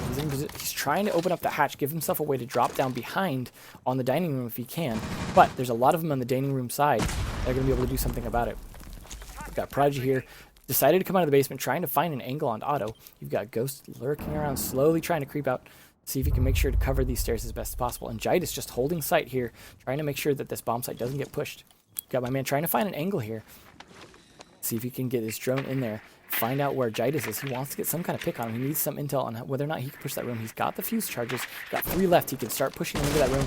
Shooting that up, however, is going to make it so he can't use those fuse charges. That puts him in a bad position. Otto drops down trying to get a kill, but gets killed himself. This is all down to my man to try and do something now against 3 defenders, and Pulse being one of them. It's going to be difficult if he's able to get some intel on him, but Jidus knows where he's at. He knows he's taking shots here, and they're just going to keep him pinned down. He's got 30 seconds left, but it doesn't matter because Jidus hits him right in the face as he tries to make a shot on the lean. Nicely played by Jidus here. A little bit of spray and pray. Couldn't even see him through all that smoke and debris, but nicely played, and that does put a round on for Golden. So not starting out too bad here compared to Border, but we did see them win 1 round on Border as well, so it's not exactly a huge advantage just yet. We're going to see Golden actually playing that buck. They're going to try and have that fuse as well, do kind of what they were doing on the other side, but they're not bringing Ash, so they're going to go with the buck instead for the garage to be able to take out that floor as much as possible. Either that or to work the top floor. The one works good. You can come in from the what's called the big car garage and shoot up underneath like we saw before, or you can come in from above and start doing a lot of damage through these floors here. Something we can see as well. Defenders bringing pretty similar setup to what the other defenders brought, except for I don't think they brought smoke on their side, but Gardner bringing smoke there. Fox playing that Pulse this time. He's looking to see if he can catch any drones off guard. You definitely want to if you can. Otto trying to make sure his teammates were clear before he opened that. Give himself an angle. It could backfire on him if they're able to shoot through that window on him, though. A lot of barbed wire going down here. They want to slow down anyone trying to make an entry through here. Coming into this dining room is definitely an important thing to barbed wire. They're barbed wire on both sides because if you drop from that hatch, of course you get past one of the barbed wire. You want to make sure they get slowed down coming into this dining room. Seeing a lot of fights come down to pushing that dining room and then having to engage Rook on that far end. See a lot of them on this side, making me think they want to push this side. Jidus already down to half health though. Not a good start for him. Not sure where he got peeked from, but he's definitely watching a lot more cautiously. He might have got peeked through the window, but it looks like that window's open upstairs. That's definitely going to punish him. Now they're going to be extra cautious about pushing that upstairs. Jidus though seeing if he could get a cheeky peek through the drone hole, perhaps do some damage to Otto, but it's not going to happen. Esley getting on his cams now that he knows he's safe in the kitchen there. Looks like we're going to see Prodigy trying to hold an angle here, even catch anyone upstairs. However, it doesn't look like anyone's over on that side of the floor. You've got my man and Fox over here, expecting people to come from this library side, but they're both on their cameras. It looks like they just want to prepare for where they're coming from, give a lot of intel to their team and play it kind of safe. Well, four of them are pushing this patio here. We've got Ghost over here pushing this side. We'll see if maybe he can catch anyone off guard. They are going to be looking for him. My man ready for it, but he does back off. He may have dropped on purpose, but it looks like he's going to push around a different side. Windows start opening though. They take control of that area. A lot of fights going on over top of this top floor as the push starts to come in. Prodigy trying to push aggressively into this room. They have taken control of the master bedroom, which is good for them once they bring in that buck. And now you're seeing that fuse cluster charge pay off. We've got Blackbeard down here trying to put some pressure on the actual trophy room as the fuse cluster charges come down. This could catch Esley off guard. If Esley is not able to move out in time, could get him. But it doesn't kill him, just downs him. This other one might finish him off. So, nope, doesn't look like it quite finishes him off. There is a chance to get him back up. Let's see if they're able to get him back up. Looks like Gurmy's going to be able to do so. Now, all the fuse cluster charges may have been used at this point, which means they're not able to do anything more to finish him off unless they could catch him. We got push upstairs like I was talking about. So you get in a good position to shoot through the floor here. Trying to use some of these to clear some stuff out. Prodigy does take out my man. That's a good start for them. They've taken down the Jaeger now. Trying to clear out as much roamers as they can. They just want top floor control at this point. Looks like Fox is rotated back downstairs potentially. All the way downstairs in this case. Got Blackbeard on that window there. Otto in a position just as usual. Rook defending the site. Got Gurmy trying to hold this room here, just making sure, but there's a lot of pressure coming from Kush upstairs. Trying to make sure he can't do anything from up there. Just looking for an angle down onto Gurmy. Using his rotates back and forth on these holes here. A lot of intel coming out. Ghost takes out Fox though. That is good for the attackers here. A lot of shots coming down on what could have hit Gurmy there. Jidus pushing aggressively in from this side. Trying to get control here. He could catch Esley off guard, but he accidentally drops through the hole there. It doesn't look like that was intentional, but just walks right up into Otto. Takes out Chris, takes out Gurmy, and Crazy Dog takes out Esley for a quick massacre at the end there. Nicely played. Golden showing this is a strong map for them, winning 2 rounds in a row now. These kills. Brutal. Nicely played by Golden. Now, they're going to have to make some adjustments here for sure.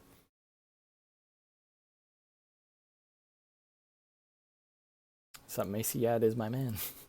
Macy, my man. Now we are going to see the Wine Cellar Snowmobile Garage. So they are done defending the top floor, or the trophy room. So now they've got to go down. So see if they can pull it off. They're going to be bringing the mirror as well as bringing the bandit. Now they can bandit trick the garage door and then use that mirror to be able to better see out that garage door. That's going to give them some intel to be able to peek out that garage door safely right here. So if they put it, for example, right here, that could be big for them, giving them a lot of intel out that. They could even, if they wanted to, I suppose, put on this door here, try and stop a bandit trick. That's a little riskier, but it could happen. The attackers bringing no Thermite, but they're bringing Hibana, which is all they really need to get that door open, because they do have a Thatcher as well. They will be able to stop Bandit potentially, and this Ghost is just that good.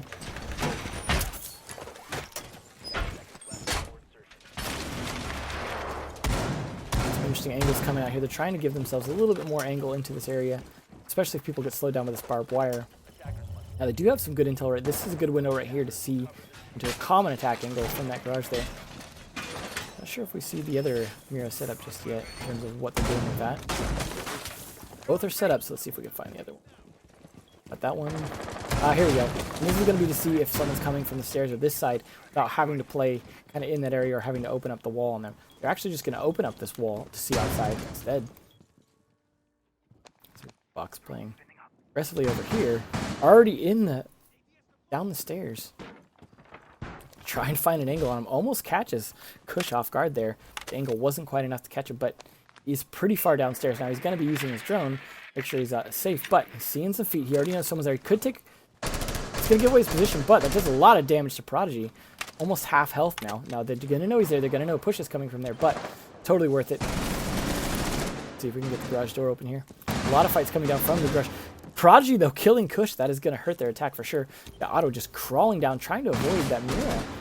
Interesting place there. That is going to pay off. That mirror is already open. Are they going to get that flash through? That is going to help. He's hoping to catch someone off guard here. Let's see what's going on. Fox trying to push around as Esley takes out Ghost. Oh, and Fox with the headshot through the wall on Jitus. That is going to help. There's now 2 defenders left against this. We've got Prodigy over here trying to watch the scene if he could catch Fox's head as he comes through. Misses his shot. That's going to cost him a lot. Crazy Dog almost dead here as well, trying to hold them off. So Prodigy's going to take out Fox. These trades are going to be brutal here, but there's still a minute and a half left for the attackers. They're in a good position, but Fox does get taken down, and Crazy Dog does take down Gurmy, so he's looking good as the defenders. Crazy Dog takes down Auto, but gets traded by my man. Is now a 1v2. It was almost getting even there, but Prodigy's down a little bit on health. Using the smoke charges now. They know where he's at. They can pressure him out. They can make this plant, but he does have a rotate hole. If they know he has this rotate hole, he's in a good position to try and stop that defuse from getting planted, but with his 3rd charge there. Now it is all down to this last smoke charge to try and help him. Impact grenade, interesting choice to try and hold them off, but he's playing with a minute left. The attackers have all the advantage, and now the diffuser's planted. That smoke could do something. He does see him. He's going to rotate around. See if we can catch him off guard. See if Esley's watching the other direction. Neither of them paying too much attention to the other direction. That smoke doing a little bit of damage. Prodigy's got a long way to go here, and he's going to have to rotate around through. He can't use that trapdoor. He's going to have to come around to the stairs. And if they're watching it here, Esley could be watching. He looks like he's waiting to catch him off guard, and the shots come down from my man as he takes him out. And the attackers win that round. Nicely played by Most Wanted. Actually using the mirror. Something. Well, it looks like a shot through it, but using that little hole against them. Nicely done. So it is now 2-1. Most Wanted's finally starting to make a little comeback here. Not too bad. But there's a long way to go till this map's taken. Now, Most Wanted took the first map very strongly, 5-1. So, the situation where if Most Wanted can win just enough rounds here to take this map, then they take it all the way home for the seeding. But both these teams we're going to see again in the final qualifier. So this is definitely not the last of them regardless, which is pretty exciting to see, considering how both teams are playing very well. And we will see them play against other qualified teams as well as invited qualified teams. Try and get in that pro league. Now we are going to be back under the trophy, as they did not successfully defend it last time. They can do it again, so they're going to try and do the same thing, of course, because this is the better bomb site to defend by far. As you saw last time, the attackers won the bottom downstairs, so nicely done by Ghost getting his drone up there unnoticed. See if he can keep it there, give himself that extra intel on Gurney. Maybe they could take advantage of this to stop any kind of spawn peek or to try and get a peek through the window on them by having that early intel into the kitchen. Would be useful.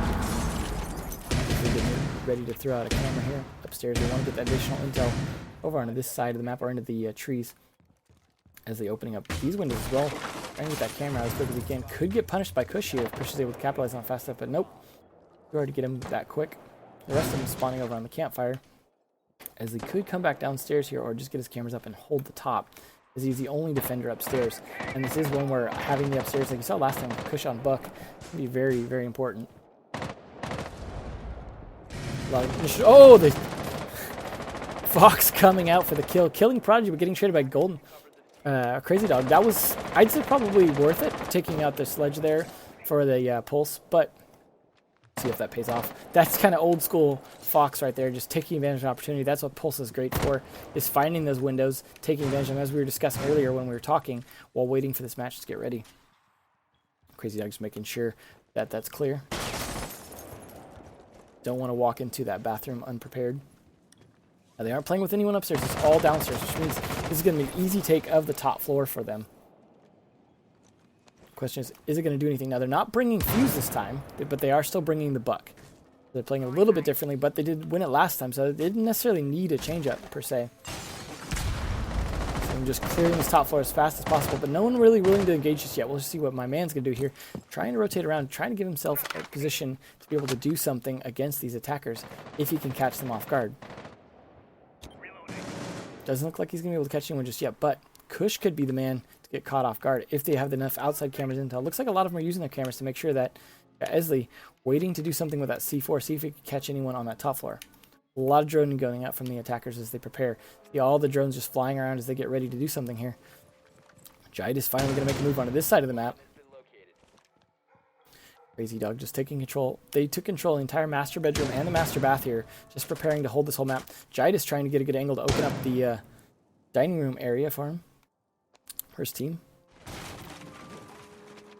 No one ready to make any kind of pushes yet. Now, there's only a minute left, so the pressure is going to be on for them to do something with this time at this point. See if Gurney's going to get antsy enough to do something here. He's definitely looking for an opportunity to come out there and get them, but the opportunity is probably not going to come. There's a lot of pressure coming down on that door. My man, however, on the late rotate here, he could be critical to making this work here. Does get spotted out, gives his position away. That's going to hurt. They're going to chase him down, though, at this point. That could be bad. Otto managed to take a bit of damage on this window here, but he took Ghost down in the process. If he could pick up Crazy Dog, as Crazy Dog's trying to pick up Ghost, this could be big for him. He could get 2 kills out of it, but he's in a precarious position. He's low on health for himself, trapped in this corner, and they are using smoke to cover the revive. They do get Ghost back up, and that is bad for them as they are still even on teams. But 15 seconds to go. It is actually down to the wire here for this attack to try and push in. We need to make this happen here. And is the diffuser down? That's 2. Doesn't land that second shot, though. This is big. Kush making that shot. Jidus gets in there. Ghost takes down Esley. This is big. There's one defender left. Gurmy's going to have to get around and stop this defuse here. They've got the manpower to stop him with Ghost on Blackbeard. Kush on Buck. Gurmy takes down Jidus, though, to finish it off. He's going to have a real uphill battle to get in here. He's going to have to catch one of them off guard. Because with 2 of them, he doesn't have enough. Both those drones catching him out, though, makes it an easy kill for Ghost.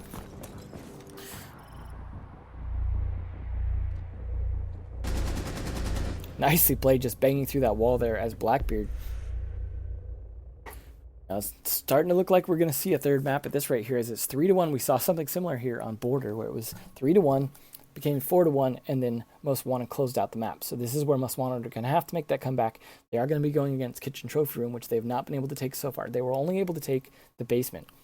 This is a position where they're going to have to do something different. They're going to have to make those fuse charges count, or they're going to have to make some kind of play and get that diffuser down or get some easy early picks. Ideally, they're going to be able to, or hopefully be able to take out Prodigy, get that early intel out so that they can make a push and take map control without losing people due to peeks or jump outs or C4, things like that.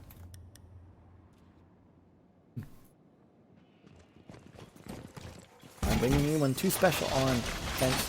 In fact, bringing that, using that Montaigne. We saw some interesting play from it last time, but Montaigne just didn't necessarily do enough to be able to actually make it happen for Most Wanted.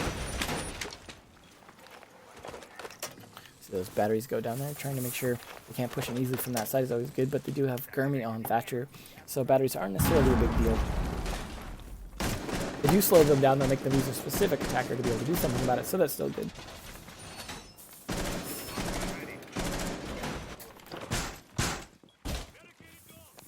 They are reinforcing most of the walls here and just leaving this open, as well as leaving this side open.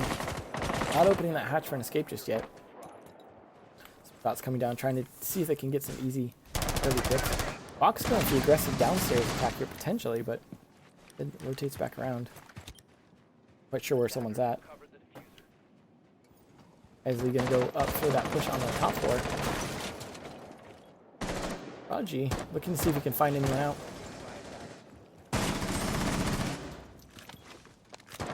Fox again trying to get some pressure on here. Ghost hoping he can catch someone off guard through that window, but no one there to catch just yet. Alright, could come down here on the top floor. Is Ghost Dog looking for someone he can try, or Crazy Dog, when he can catch off guard. And man, however, could be the one to catch him off guard. Or catch Jidus. Great. Not quite able to find anyone just yet. 2 of them holding. Gurmy takes down Crazy though. That's going to be a good start for the attackers. And she gets some pressure and starting to take control of this top floor. You put the pressure being put on from both sides of this office to try and take control of it. As he's going to be able to push in now, take control of that as hatch gets opened by Otto. Fox is going to be pushing around from below. That could do some damage to Guidance there. Does take him down to almost no health. That could have been a nice kill and actually cleared out the site. That could have been huge had that kill worked. But Fox trying to take any advantage he can and take those shots through the floor there. Oh, he does get shot though by Prodigy. Not being careful of that flanker. Prodigy been big on that. Gurmy taking down another one though. Takes down Kush. That is big. That is a nice angle we've seen used a lot to take out people trying to roam around from those flanks and get into the library and things like that. If this attack is coming in. Now the cluster charges coming down on the site here, trying to clear them out anywhere they can. Not necessarily in a great position to be taken out yet, but these are all good positions. We could catch him on the camera there. Nope. Gets off the camera just in time. Doesn't detonate it quite yet, actually. He's waiting for the call out from Otto on that drone to see when's the good time to trigger that cluster charge. Nicely done. They might have heard the plant, but they aren't ready for the cluster charge just yet. So nicely played by them. The Esley actually going downstairs now. And push as that cluster charge goes out. And the help from his teammate. Prodigy, though, gets spotted out in the bar. Gets chased away. That's going to be bad for him. But he's still in a good position to get away as he's going to be able to outrun Montaigne. Now, Montaigne's going to be spending some time trying to push him out with his teammate. But now they're down to 30 seconds. They've got to make this push happen. He's just making sure that they aren't ready to do anything about it yet. We'll see if Prodigy's able to make a push around. But in the meantime, Montaigne's making a great push up here. They're going to be able to get the plant down. If they can get it behind the island here, looks like they're going to be able to. Ghost takes out my man, though. The plant's coming down, though. This could be big. You see Prodigy coming around. That flank finally paying off. Otto coming around as well. Otto's trade's not quite enough. And all the attackers down. So close. Ghost, though, the last one alive, able to make the defuse without losing a single bit of health. Nice last minute flank. Great timing. That push almost worked. I got to give it to Prodigy, really, for getting that kill early on Fox and then getting that last one, delaying them, and then pushing around behind him. That was the critical factor that made that work there. Being able to just topple that plant so that by the time they got off the plant, they weren't able to do anything anymore. And, of course, it was Montaigne. He wasn't going to be able to do a lot against, say, Bandit. So, that is 4-1. That is match point here for Golden. So we're looking like a very strong case for a map number 3 here, which in this case would be Oregon, which we have seen earlier.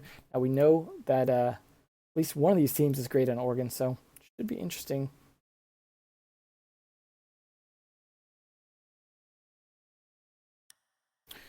We are seeing that Fuse come out. We are seeing Jackal now, though, coming out on this trophy room. Not sure what that'll do. I think they just want to make sure that there's no roamers. They know the utility roamers can have, as Prodigy just proved on that last one. See if they can maybe catch Pulse off guard. They're bringing a Frost as well. Nice change up there. Trying to make sure they can't just hop in that window easily, which we did see them try and hop in last time. Kush barely getting that kill as he hopped in on the Rook before, so shout out to Macy J.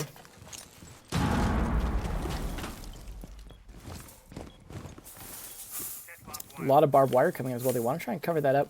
And then the battery as well, if they try and jump in. They definitely don't want a rush on that window. We'll see if the attackers are even going to bother with that. They are bringing Jackal and Fuse. They may be trying to go for that top floor down as well, like they did previously. Titus, however, looking like he wants to put pressure on this side with that drone over on the library side.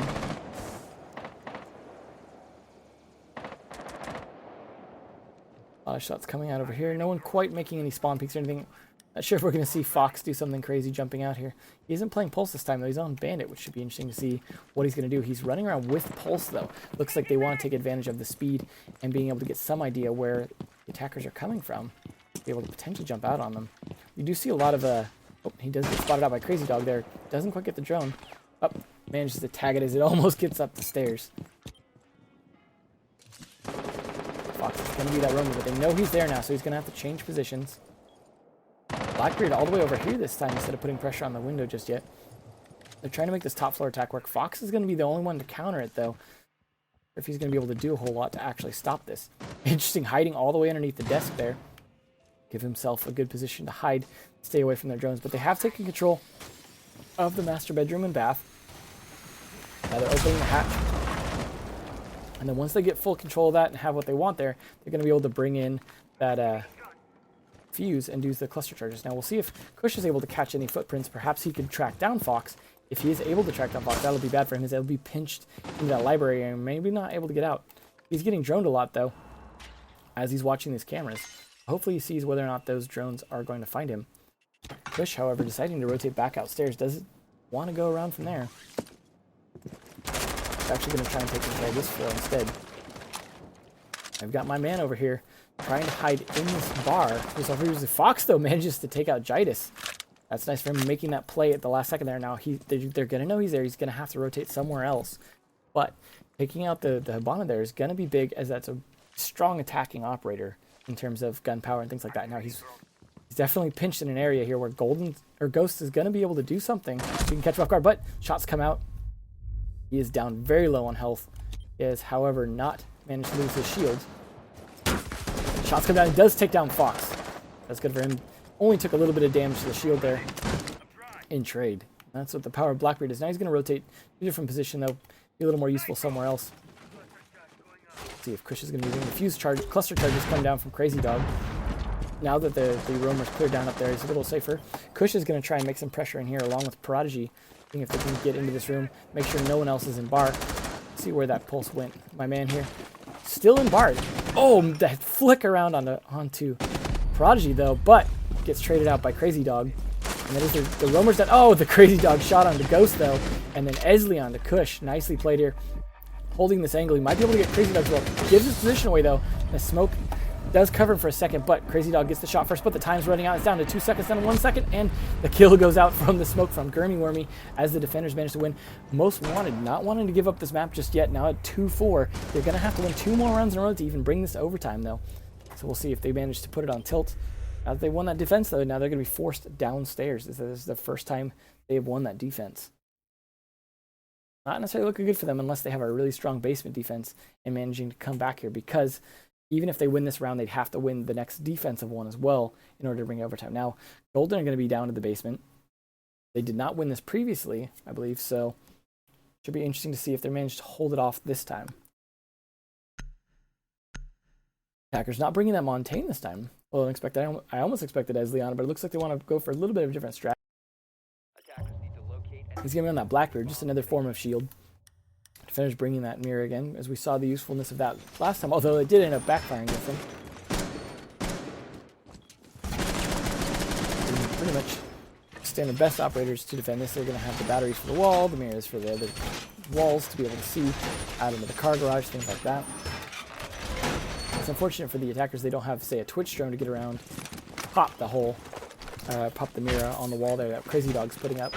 If you're able to get it there and get that gas canister, you can pop it and then be able to shoot through that and give yourself a little bit of damage.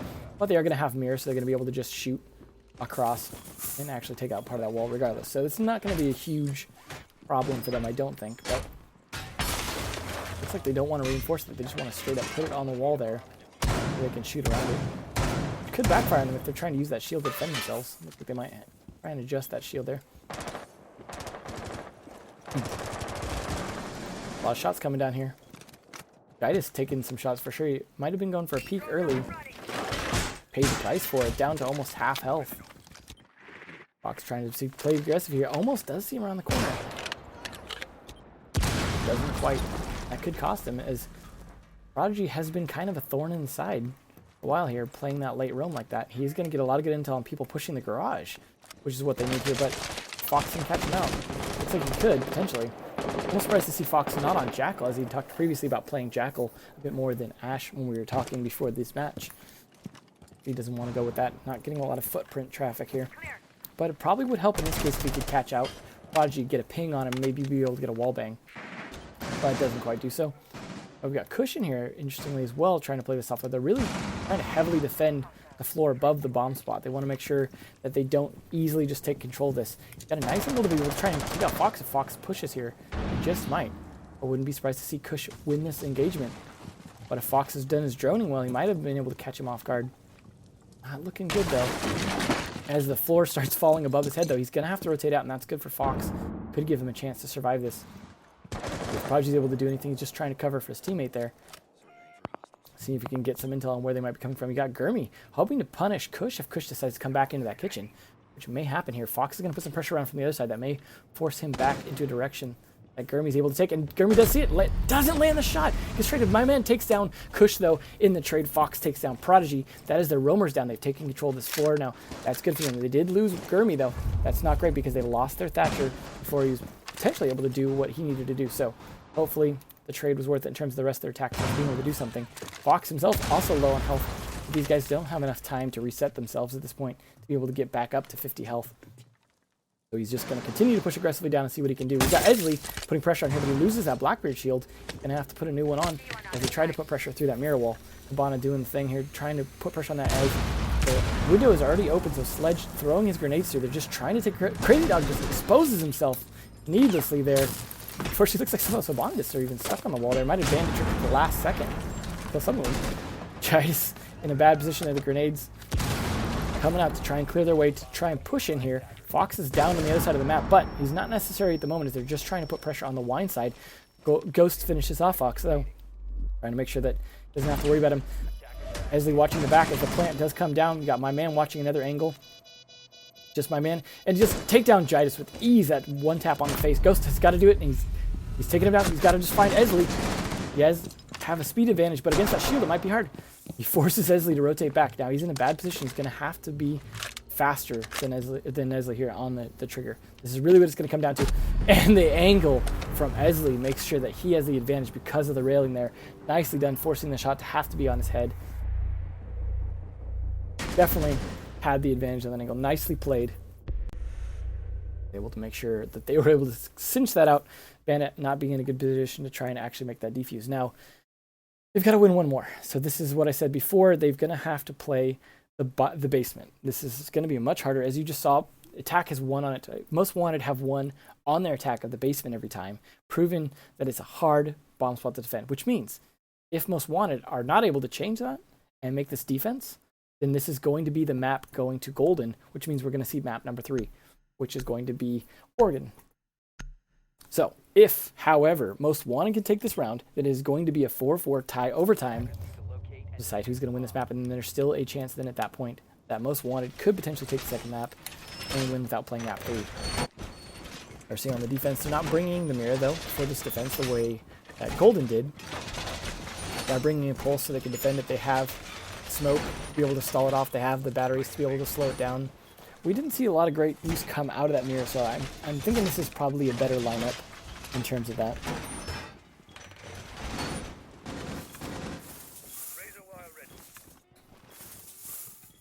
They got a lot of barbed wire to make sure that they don't come from this side. Definitely want to slow down any kind of push use of the barbed wire. That means he's not going to have C4 as well, but Jeremy giving himself a rotate hole here could come in handy in terms of making sure that a push doesn't come from wine as easily as they'd like it to, especially if he can push around at the last second when they think they're pushing up against that wall and overly focused on that wall, which very well could happen. We're seeing Crazy Dog already going for the opening the garage wall. This is something we didn't see much happening from Most Wanted in terms of opening that. That was quick, really nicely played in terms of getting that open ASAP and putting that pressure on. Questions, are they going to be able to put additional pressure from the other side? Now the drone did help. We've got a lot of intel on there. Now the pressure is going to come down from the other side. Jidus, though, taking a page out of Most Wanted's book, is actually going to bring Montaigne for this push. They're going to take advantage of pushing this backside. Now they're going to know about that rotate hole. They see the shield there. They know that people can rotate out that. They're not going to be caught off guard by it as easily.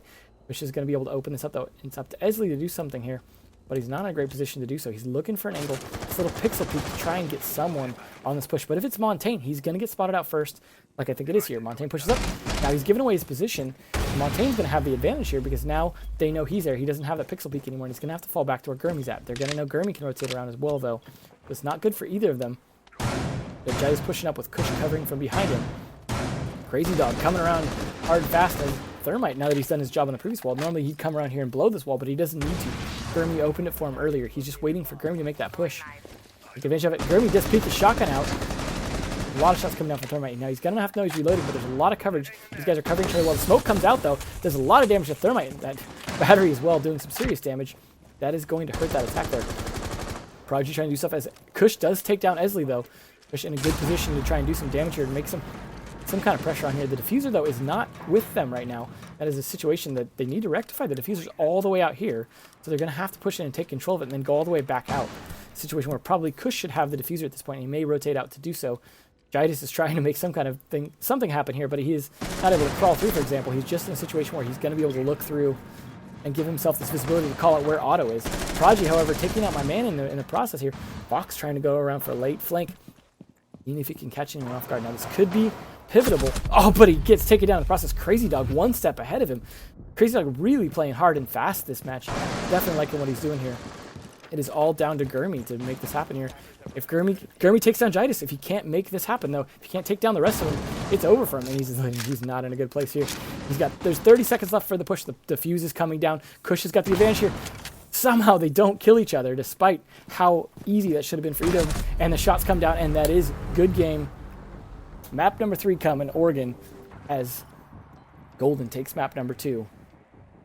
They didn't take it quite the 5-1 that Most Wanted took on the previous map, though, so still looking a little bit good. 5-3 is a much better fight than a 5-1. And we saw some great play on Oregon earlier from the Most Wanted team, so this could be anyone's game. We haven't seen how Golden plays on it just yet, so been a long night. Ghost picking up serious kills there as well. Everyone doing a good job. Make sure that everyone's on the correct side. Let's see if we need to switch the overlay. Looks like we're going to need to switch it.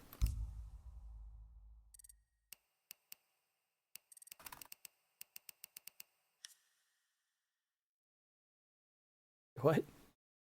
Maybe we won't have to switch the overlay? Yeah, okay. Okay, let's out here.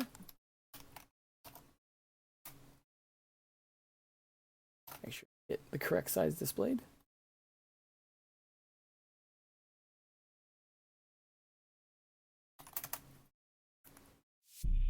Alrighty. Here we are. Anyone just tuning in for whatever reason that hasn't been around for the last like 10 hours while we got this started.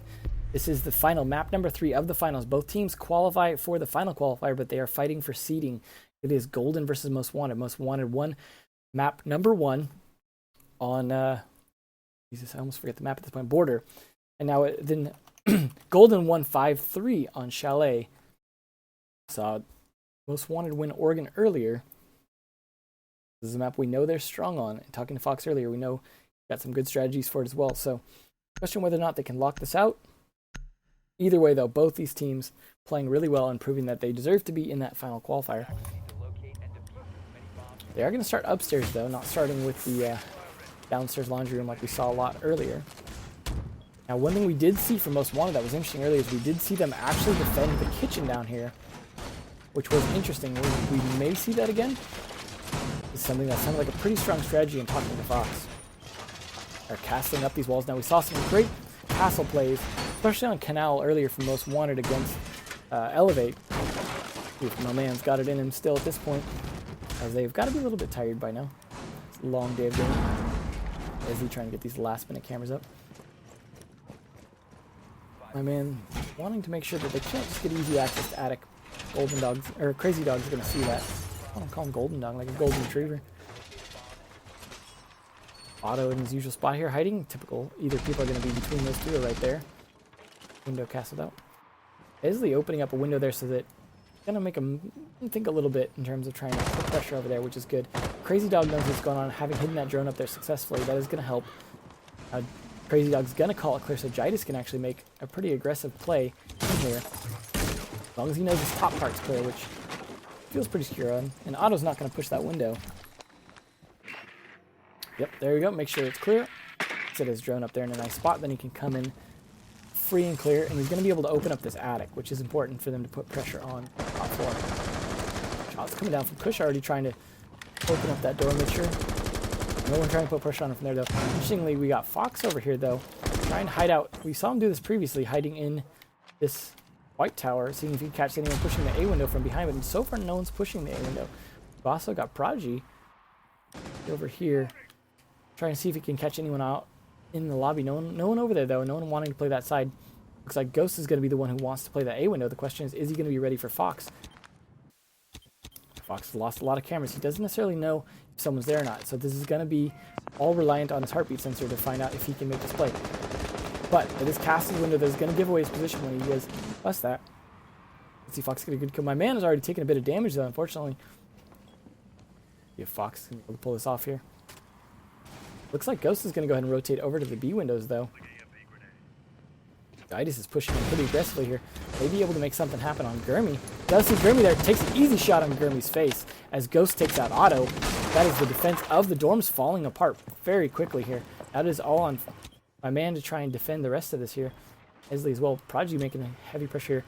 Esley a little bit far from sight. Oh, almost catches Kush off guard, but Kush was ready for it. Picks him off in the face. Now it is all down to my man and Fox. Fox does take out Ghost, though, managing to take out that Blackbird. He's been waiting for the whole time, but he's so far from sight. And now it is my man trying to hold off. He's about to get pressured from behind by that Thermite. Forcing him right now. He does take Gitis down, but gets killed in the process by Prodigy. Now it is all on Fox to see if he can make this happen here. He knows where they're at. He knows they're trying to go for the plant. They've got 40 seconds left. That's plenty of time for them to play with 3 guys, all at full health, strong attackers. Except for maybe Thermite, but we've seen some great plays for Thermite. Now, C4 is just not going to do anything for him right there. That was really the clutch he needed, but that's going to give away his position as well. They're going to take the wallbangs, trying to take him out. Almost get him with that wallbang, so close. Could take out, does take out Prodigy. Now they're going to know he's up here. This is a bit late for clutch. The melee on the drone is real, though. Now the diffuser's down, but Fox easily taken out by Crazy Dog from the long angle. This is a good start for Golden. Nicely done on that drop shot there.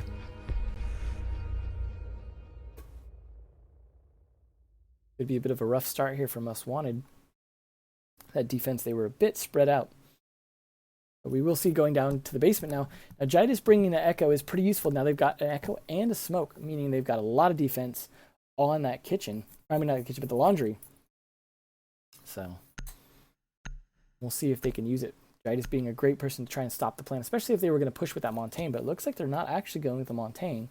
Make that push, but they might not know which bomb site was going to get picked here, unless they've been scrimming against them. So they might have.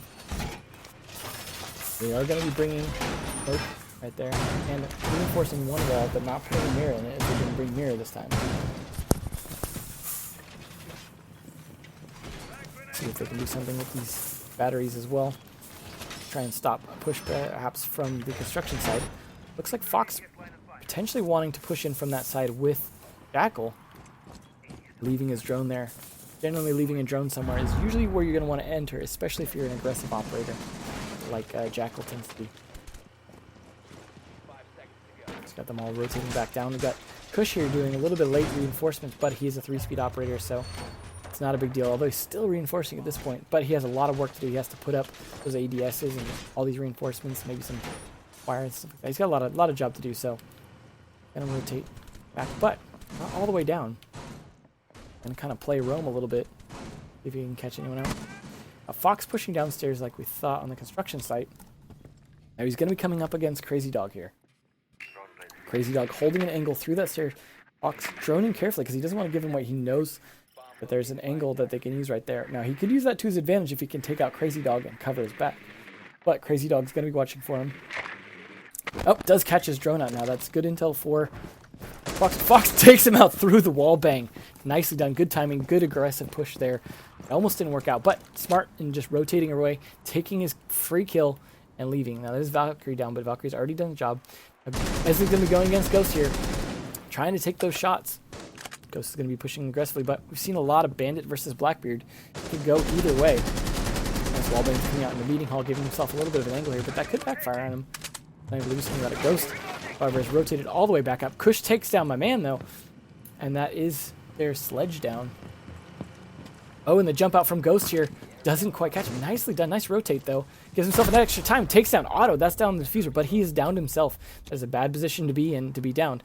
Kush, however, could take advantage of it, use him as bait if someone comes to finish him off, or they could just leave him to bleed out at this point. Got Gurmy trying to drone here. He could catch out Kush here. Looking to see if he could catch him. Kush rotates right after it gets droned, though. So this is a situation where Kush actually has the advantage, but Esley takes out Ghost, finishes them off. Kush is rotating around, actually going all the way back to site, making sure he doesn't get caught out. Gitis trying to just hold that site for his team, along with Prodigy, as they are the two defenders that can stop the plant the most. Fox does have a good eye on... Oh, but Gurmy takes the kill. Nice ping work, tracing those footsteps by Fox, and that's the power of Jackal, making sure those roamers, especially on Organ, get taken out. And we've seen some great pushes from a combination of Habana and Blackbeard on this push before, but now it's Fox on Jackal and Blackbeard. Now they only have the 2 defenders left. Now Gidas is going to be waiting for that opportunity to use this. He's trying to stand in a safe place. He's just waiting for them to make this mistake. Now they probably won't be able to see his yokai drone up there. Oh, it tries to take a moment to get their drone down. Now if he gets pushed from behind, though, this could be bad for him, as there's Gurmy's pushing around from behind, but he knows about it. He gives away his own position, though. Gives away the fact that he knows someone's back there with that pre-fire. Now Prodigy's tossing the smokes out. He's only got 1 left, but there is only 15 seconds left, as he's going to try and come and make a plant now. Smoke leaving in a bad position, but plant's coming down, and there's not a lot they can do about it. Fox going around from behind to try and take advantage of them. He hears that echo drone going off. He knows Echo's in there. Takes down the smoke, though. The defender's window, because the plant can't come down in time. Nicely tried by Most Wanted. It was actually a very solid attack, but just burning out time like that, Smoke doing his job, eventually paid off for the defenders.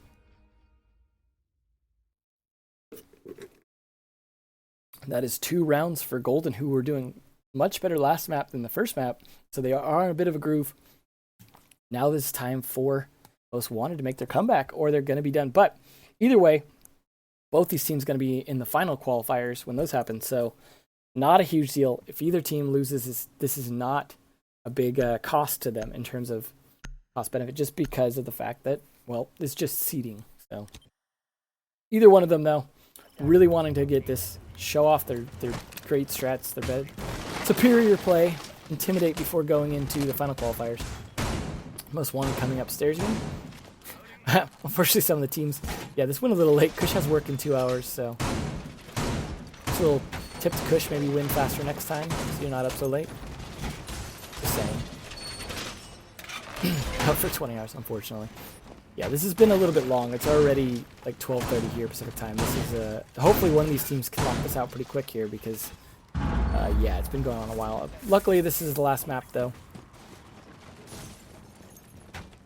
Now, Crazy Dog doing like he did last time, spying out this late reinforcement, giving some unforeseen. It'd be nice if they were able to take out that drone, because that did give them a lot of intel to make that push much quicker. We don't have Fox playing this time, trying to defend behind. It did work eventually, but it cost him so much time in trying to kill that Blackbeard. I don't know if it was worth it. Fox, though, trying to see if he can catch anyone off guard, making a push through that construction tunnel. Interesting play. Doesn't quite pay off, but he's just playing that long roam with Pulse, so. Just doing some droning. They're just trying to clear the first floor now. Fox can not get caught out here, good for his team, but drone's likely to catch him, and that Prodigy drone does catch him. Fox doesn't see it, does come back for it, misses it. Now they know he's roaming around. A lot of good intel, but they don't know about Gurmy, I don't think. And that could pay off with a double roamer strat here. Fox instead rotates back upstairs and decides to play something we used to see a lot, which didn't really work very well, which is playing in this armory. Oh man, hiding behind his own castle walls here. The smacks coming down from Kush. They don't really need anything special to open that up, but you can just hit it so many times. Gidas again taking control of this area thanks to that drone from Ghost Dog, or Crazy Dog, Ghost Dog, Forrest Whitaker's operator. Droning it out for him and letting him know it's clear so he can make that quick push. Saw a lot of good play from this last time, and it really could burn them. If Fox isn't able to stop that, no one else is. Prodigy's going to be able to make a play here as well. Try and come up on this armory. Going to put pressure on Fox, which is going to make it much harder for Fox to stop Gidas from making this push in here. Now the Sledge is going to... he was going to open that window, but Crazy Dog said, that's fine, I'll get it for you. It looks like they could be going for potentially a master bedroom push. It's hard to say at this point. Crazy Dog rotating around with the diffuser over to the master bedroom. It looks like they're going to go for that push. My man is actually kind of in a bad place here because he may be secure, but there's 4 of them over on this side of the map when the attack's coming on through the other side of the map. Ghost gets shot down, though. Nicely done. Not sure who made that. Fox looking like he's in a good spot to be able to do something here. They are going to have to chase him down, though. They are going to be pushing the roam out. He's getting pushed out, gets shot partway through, running past the wall. Taken down by the wall bang. Now they have taken control of this floor. It's looking a lot better for them. Gidas just trying to get his holes in here. Does have some nice angles. They're really taking control of this side of the map. Now it's all on this gunfight. And Ghost taking down Gurmy is a good start for that, though. Now their defense is very weak up here in terms of guarding against pushing from that master bedroom side into those bunk beds. Gonna see. Looks like Ghost trying to find a nice angle from below. Interesting. Crazy Dog coming around. He's blowing the walls open, done his job. Going for that plant if they can just walk from him. Does take a lot of damage doing that, but he's in a good place to plant here unless they know it and they can stop him. Otto trying to hold that site, taking a lot of damage, gets taken down by Jidus as Esley takes down Kush. That is down to 2 defenders. You got my man here and Esley trying to hold this, but the defuse is down, and there are still 4 of them left. Well, scratch that, 3 of them left as Esley takes down Prodigy. He's trying to put as much pressure as he can to try and clear this out, but he doesn't know Crazy Dog's just sitting right there. As Ghost pushes around from the other side, Ghost somehow doesn't make that work. Gets taken down as my man's going to try and stop this. Doesn't know someone's directly to his right, though, and Crazy Dog's going to be able to take him out as he comes around. It is now all on Esley to do something here. Esley spraying the shots. Does take down Crazy Dog, though. Is a good place to be, but he's still got one more to find before he can make this defuse. Even if he does make that kill, he's not going to be able to make the defuse in time. Jidus is going to be able to just come around here. Easy kill for him. And Golden takes round number 3.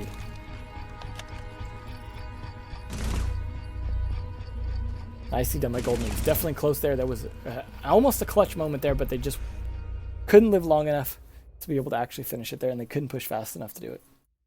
So it is already looking very good for Golden. 3-0 off the get-go on a map we saw Most Wanted playing good earlier, so we know they're playing very strong if they're able to take them down this fast. We are going to go upstairs where we just were for Golden. Fox is going to be bringing that Jackal again. No mirror or anything on the other side, but they are going to be bringing Pulse. We've seen some great Pulse play from Prodigy. Sometimes it works, sometimes it doesn't, but definitely useful.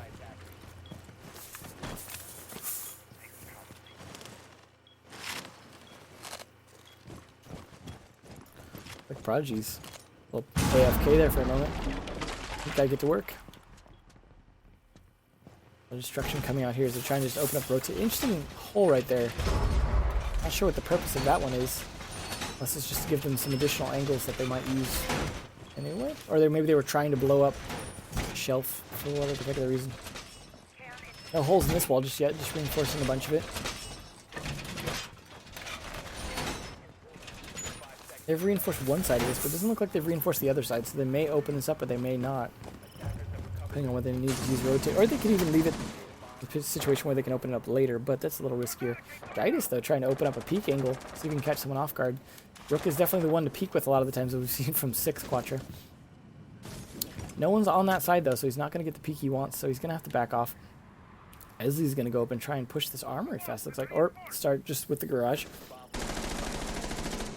A lot of it, windows being shot out. A window already being cleared. Blackbeard not on it, that's surprising. You have Sledge instead pushing on it. C4 attempt from Crazy Dog. Nice play. Let's see if we can try and make a peek here. There is 2 of them. Oh, and there goes Jidus. The Crazy Dog's going to try and trade that. A little bit risky, but my man's got a nice angle here. My man Sam. Gonna have to make this work here, but Sledge holding this is not terrible. He does have both his grenades left. I'm sure there's some ADS. Oh, and will he see Crazy Dog? Sees Crazy Dog first. Easy take. Finishes him off. This is actually looking really good for Most Wanted for once here. Ghost already down as well. Good start for them. Fox tracking some footprints here is going to get Jaeger pinned out. I imagine that's going to probably be Kush. Yep, Kush is now going to be getting tracked as well. Definitely not going to be good for them. See if Fox can actually follow that up. He's already pretty low on health, though. Not sure he's going to be able to do a whole lot with it, but he can call it out to his team. And get the ping for all of his team, so not a big deal. Nice grenade there. Trying to make this happen. Definitely a little worried about pressure from the other side.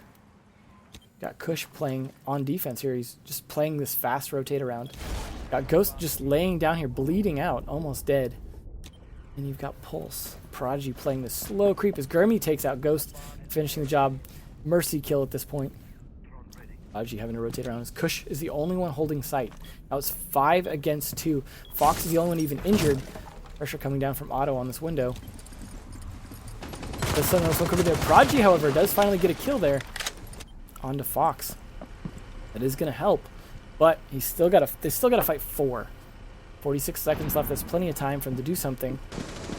Kush the only one on sight, though. Taking out Otto is going to help. The plant's coming down, though, from my man. That's going to hurt. As he's going to push around here, does get taken out. Now it's all on Prodigy to do something here. Going to be C4ing through the floor to try and stop it, but no one's on that C4 spot. Not going to get any kills, and that's going to give away his position as being downstairs now. They know he has to rotate back upstairs. All they have to do is watch the stairs, and there is 3 of them to do so. He's just not in a good position to actually rotate anywhere, as he's going to have to be the one to watch the bottom of those stairs. Prodigy tries to make his way up. Coming around, Esley's going to be the one to try and watch this. Does spot him, doesn't take the shots fast enough, somehow still managed to make it. His pulse spins around to his death, and Most Wanted take a round. Finally at 3-1 there.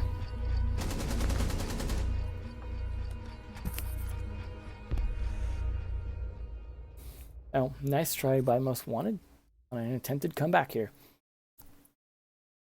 Now they are going to be on defense this time, so hopefully they've got a better defense than they have had in the past. We haven't seen them successfully defend this upstairs yet, so they're going to have to do something a little bit different. They don't want to be completely out of the race here, as one more loss is match point against them. And we all know what happens when you get an early match point. Generally, that's when you're going to win, because they have to get so many points back just to keep it going at that point in a row. So, gotta bring in that castle. We saw them do previously, casting up a lot of those windows, making it so they have to smack those, delaying their push in, forcing them to push at the last second. We have seen they are capable of making those pushes to the last second in terms of taking out a lot of the site defenders.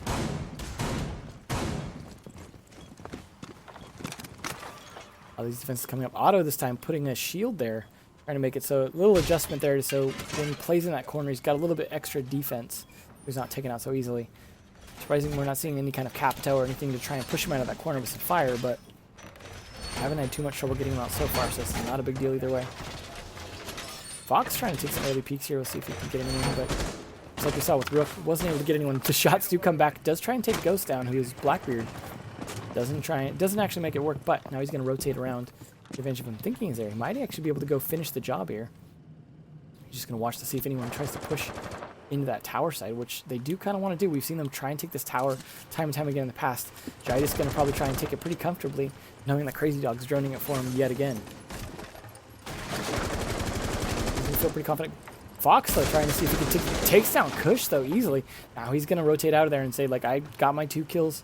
Or I got my kill. I'm gonna rotate out. I've done a lot of damage. I'm just keeping them busy, burning their time. That is gonna make Jaitis a little more itchy on that play in there. Still fine to be in there though. He's just gonna have to watch though. He can't safely push this attic. Now this attic isn't even reinforced the same way as it was before. Blackbeard holding an angle there, trying to do some damage there. A lot of them focused on these B windows, trying to put some pressure on them. Doesn't look like they want to put pressure on A just yet. Fox really playing his long roam all the way downstairs, just working the cameras now to see if he can figure out where they're at. Does have some idea. Starts to get into position for it. Got Crazy Dog and Jaitis trying to make this push in onto the top floor here. Thankfully they had Sledge. They could just sledge that open without having to waste a Hibana charge. They're looking for any kind of hole there. There's no hole, but there is... Did I see battery? Nope. So they're going to open that up, and that is going to put pressure on my man, who is hopefully paying attention there as that gets opened. Ghost as well is coming in from the side here, putting additional pressure. Thankfully the shield's there, otherwise that would have been an easy kill for Ghost. Esley in a tight position there as well. Taking a lot of good map control here, and it's not looking good. Fox, however, really making himself known here, getting all those extra kills, forcing Ghost to like go around and look for him at this point. Fox is already in the meeting hall though.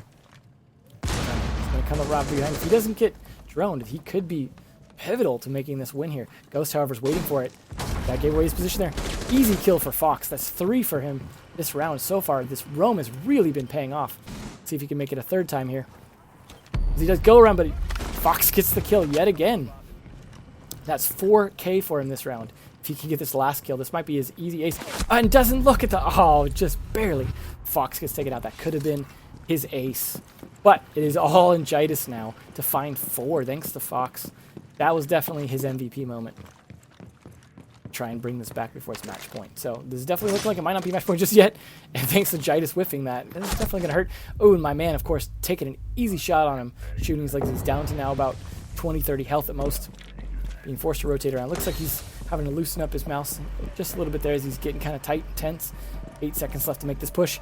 Smoke's going to delay him out. Any more smoke will just keep... Yep, there. Now he has no way to make this plan happen. Just taking shots, my man. Just easy finish. The Most Wanted to finally make a comeback here, take their second round, win it at attack and a defense. Nicely done. Really got to chalk that one up to Fox. He hasn't had all the best plays in these matches so far. He's had some definitely some down rounds, but I think that round kind of makes up for some of those bad pulse plays in the previous rounds.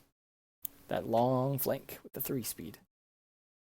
So right now we're down to the basement. They are going to bring the Echo and that smoke again, which we saw somewhat working out for them previously, but not well enough to do anything other than delay the plant. I mean, essentially, they were going to make that plant, and it was going to happen, but they were able to delay it just long enough that the only reason they won this round was delaying it. So if Most Wanted can push this a little bit faster and get the same amount of pressure on, be able to take this, and we could see that comeback from Most Wanted.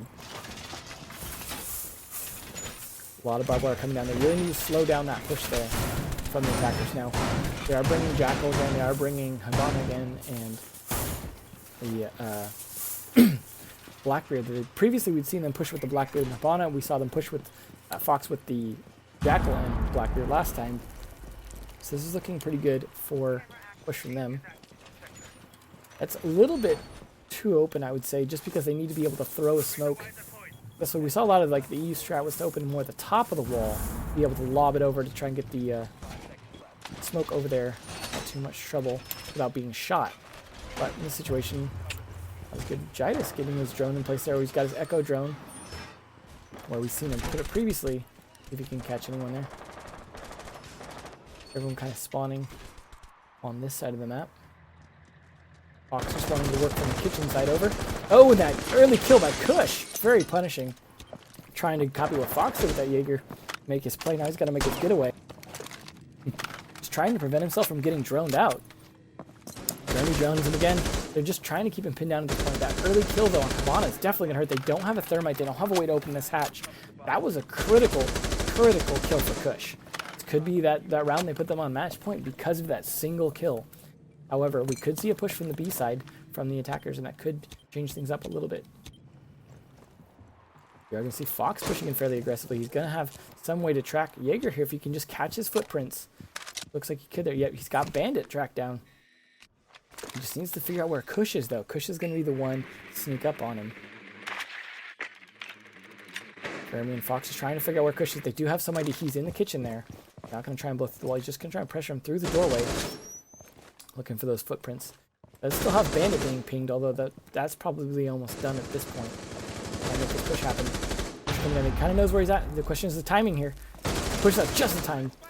Jeremy, though, gets the kill, steals it from him for the second time. But taking out Kush is what they need to do. They burned a bit of time doing it, but now they've at least got the man. The team's being even in the second footprint tracking comes out on Bandit. They really are getting lucky on tracking him down. As they try and help put pressure, but they cannot open that hatch, and that is going to make this much more difficult. Jeremy's already pretty low on health, and he's the one with the diffuser, so they're going to have to do a lot here, and they're going to have to take out a lot of this barbed wire, which means either Sledge or someone else is going to have to do something here. The smokes start to come out, though. Baiting that out early is good, though. That's one smoke down in a minute. Good start for them.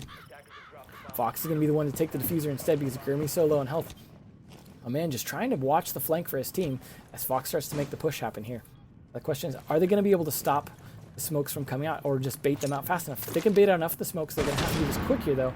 Then they can make this work. Blackbeard just holding his angle, trying to see what he can do. The question is, are they going to shoot each other as well? This could be tense in terms of, like, making sure Fox gets the plant down, or tries to get the plant down.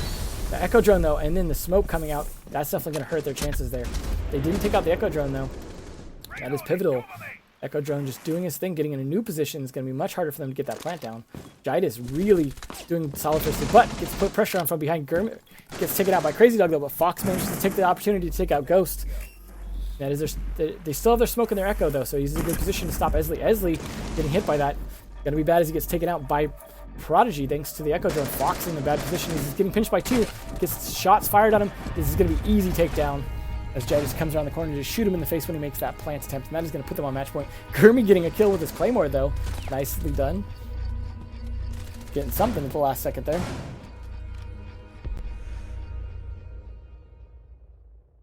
And that is match point 4-2. Most Wanted is going to have to come back 2 rounds in a row if they want to even stay in the game at this point. Now they are going down in the laundry room, and they are going to bring that mirror. They are going to try and take advantage of that additional intel there and figure out what they can do to stop the plant. Jidus is again going to take a play out of Esley's playbook and push with that Montaigne. Should be interesting. see which direction he pushes from. You have a Habana and a Thermite as well, so they could actually push from multiple directions. Push from the construction side as well as the laundry side, which I think is generally a fairly good strategy in terms of putting a lot of pressure. But you do divide your attention, and if you can't clear the roamers out first, that can backfire. A lot of work going on upstairs. Interesting, they are actually going to use the mirror upstairs. This is something we have not seen from them before. They want to defend this lobby aggressively from the meeting hall, armoring up the meeting hall as much as possible. Fox putting holes over here. This is a strategy we've not seen from them. We haven't seen them use their kitchen defense strat in this match yet. But this is a strategy we just have yet to see. Looks like they're even only just going to leave, maybe attack from the other side. Very interesting defense here. Using that mute jammer as well to make it so getting some intel on Gurmy up here is going to be difficult. And the two defenders upstairs. I'm not sure they're going to be prepared for this. But all they've got downstairs is Otto. And he's got his window facing the other way. They're really not expecting an A push, which is good because the A push is not coming. It's definitely coming from B. Guy is already pushing up. Nice positioning there. Making sure no one's going to come around from that side. Looks like my man's actually going to do that, but it's Montaigne. He's not going to be able to do a whole lot. Thermite's going to be able to blow his thing. Unless there's a mute jammer. Nope, I don't see the mute jammer. So here's why he hasn't pushed it yet. Looks like they want to make sure a little more secure. And now it blows. The man's going to rotate back to B side.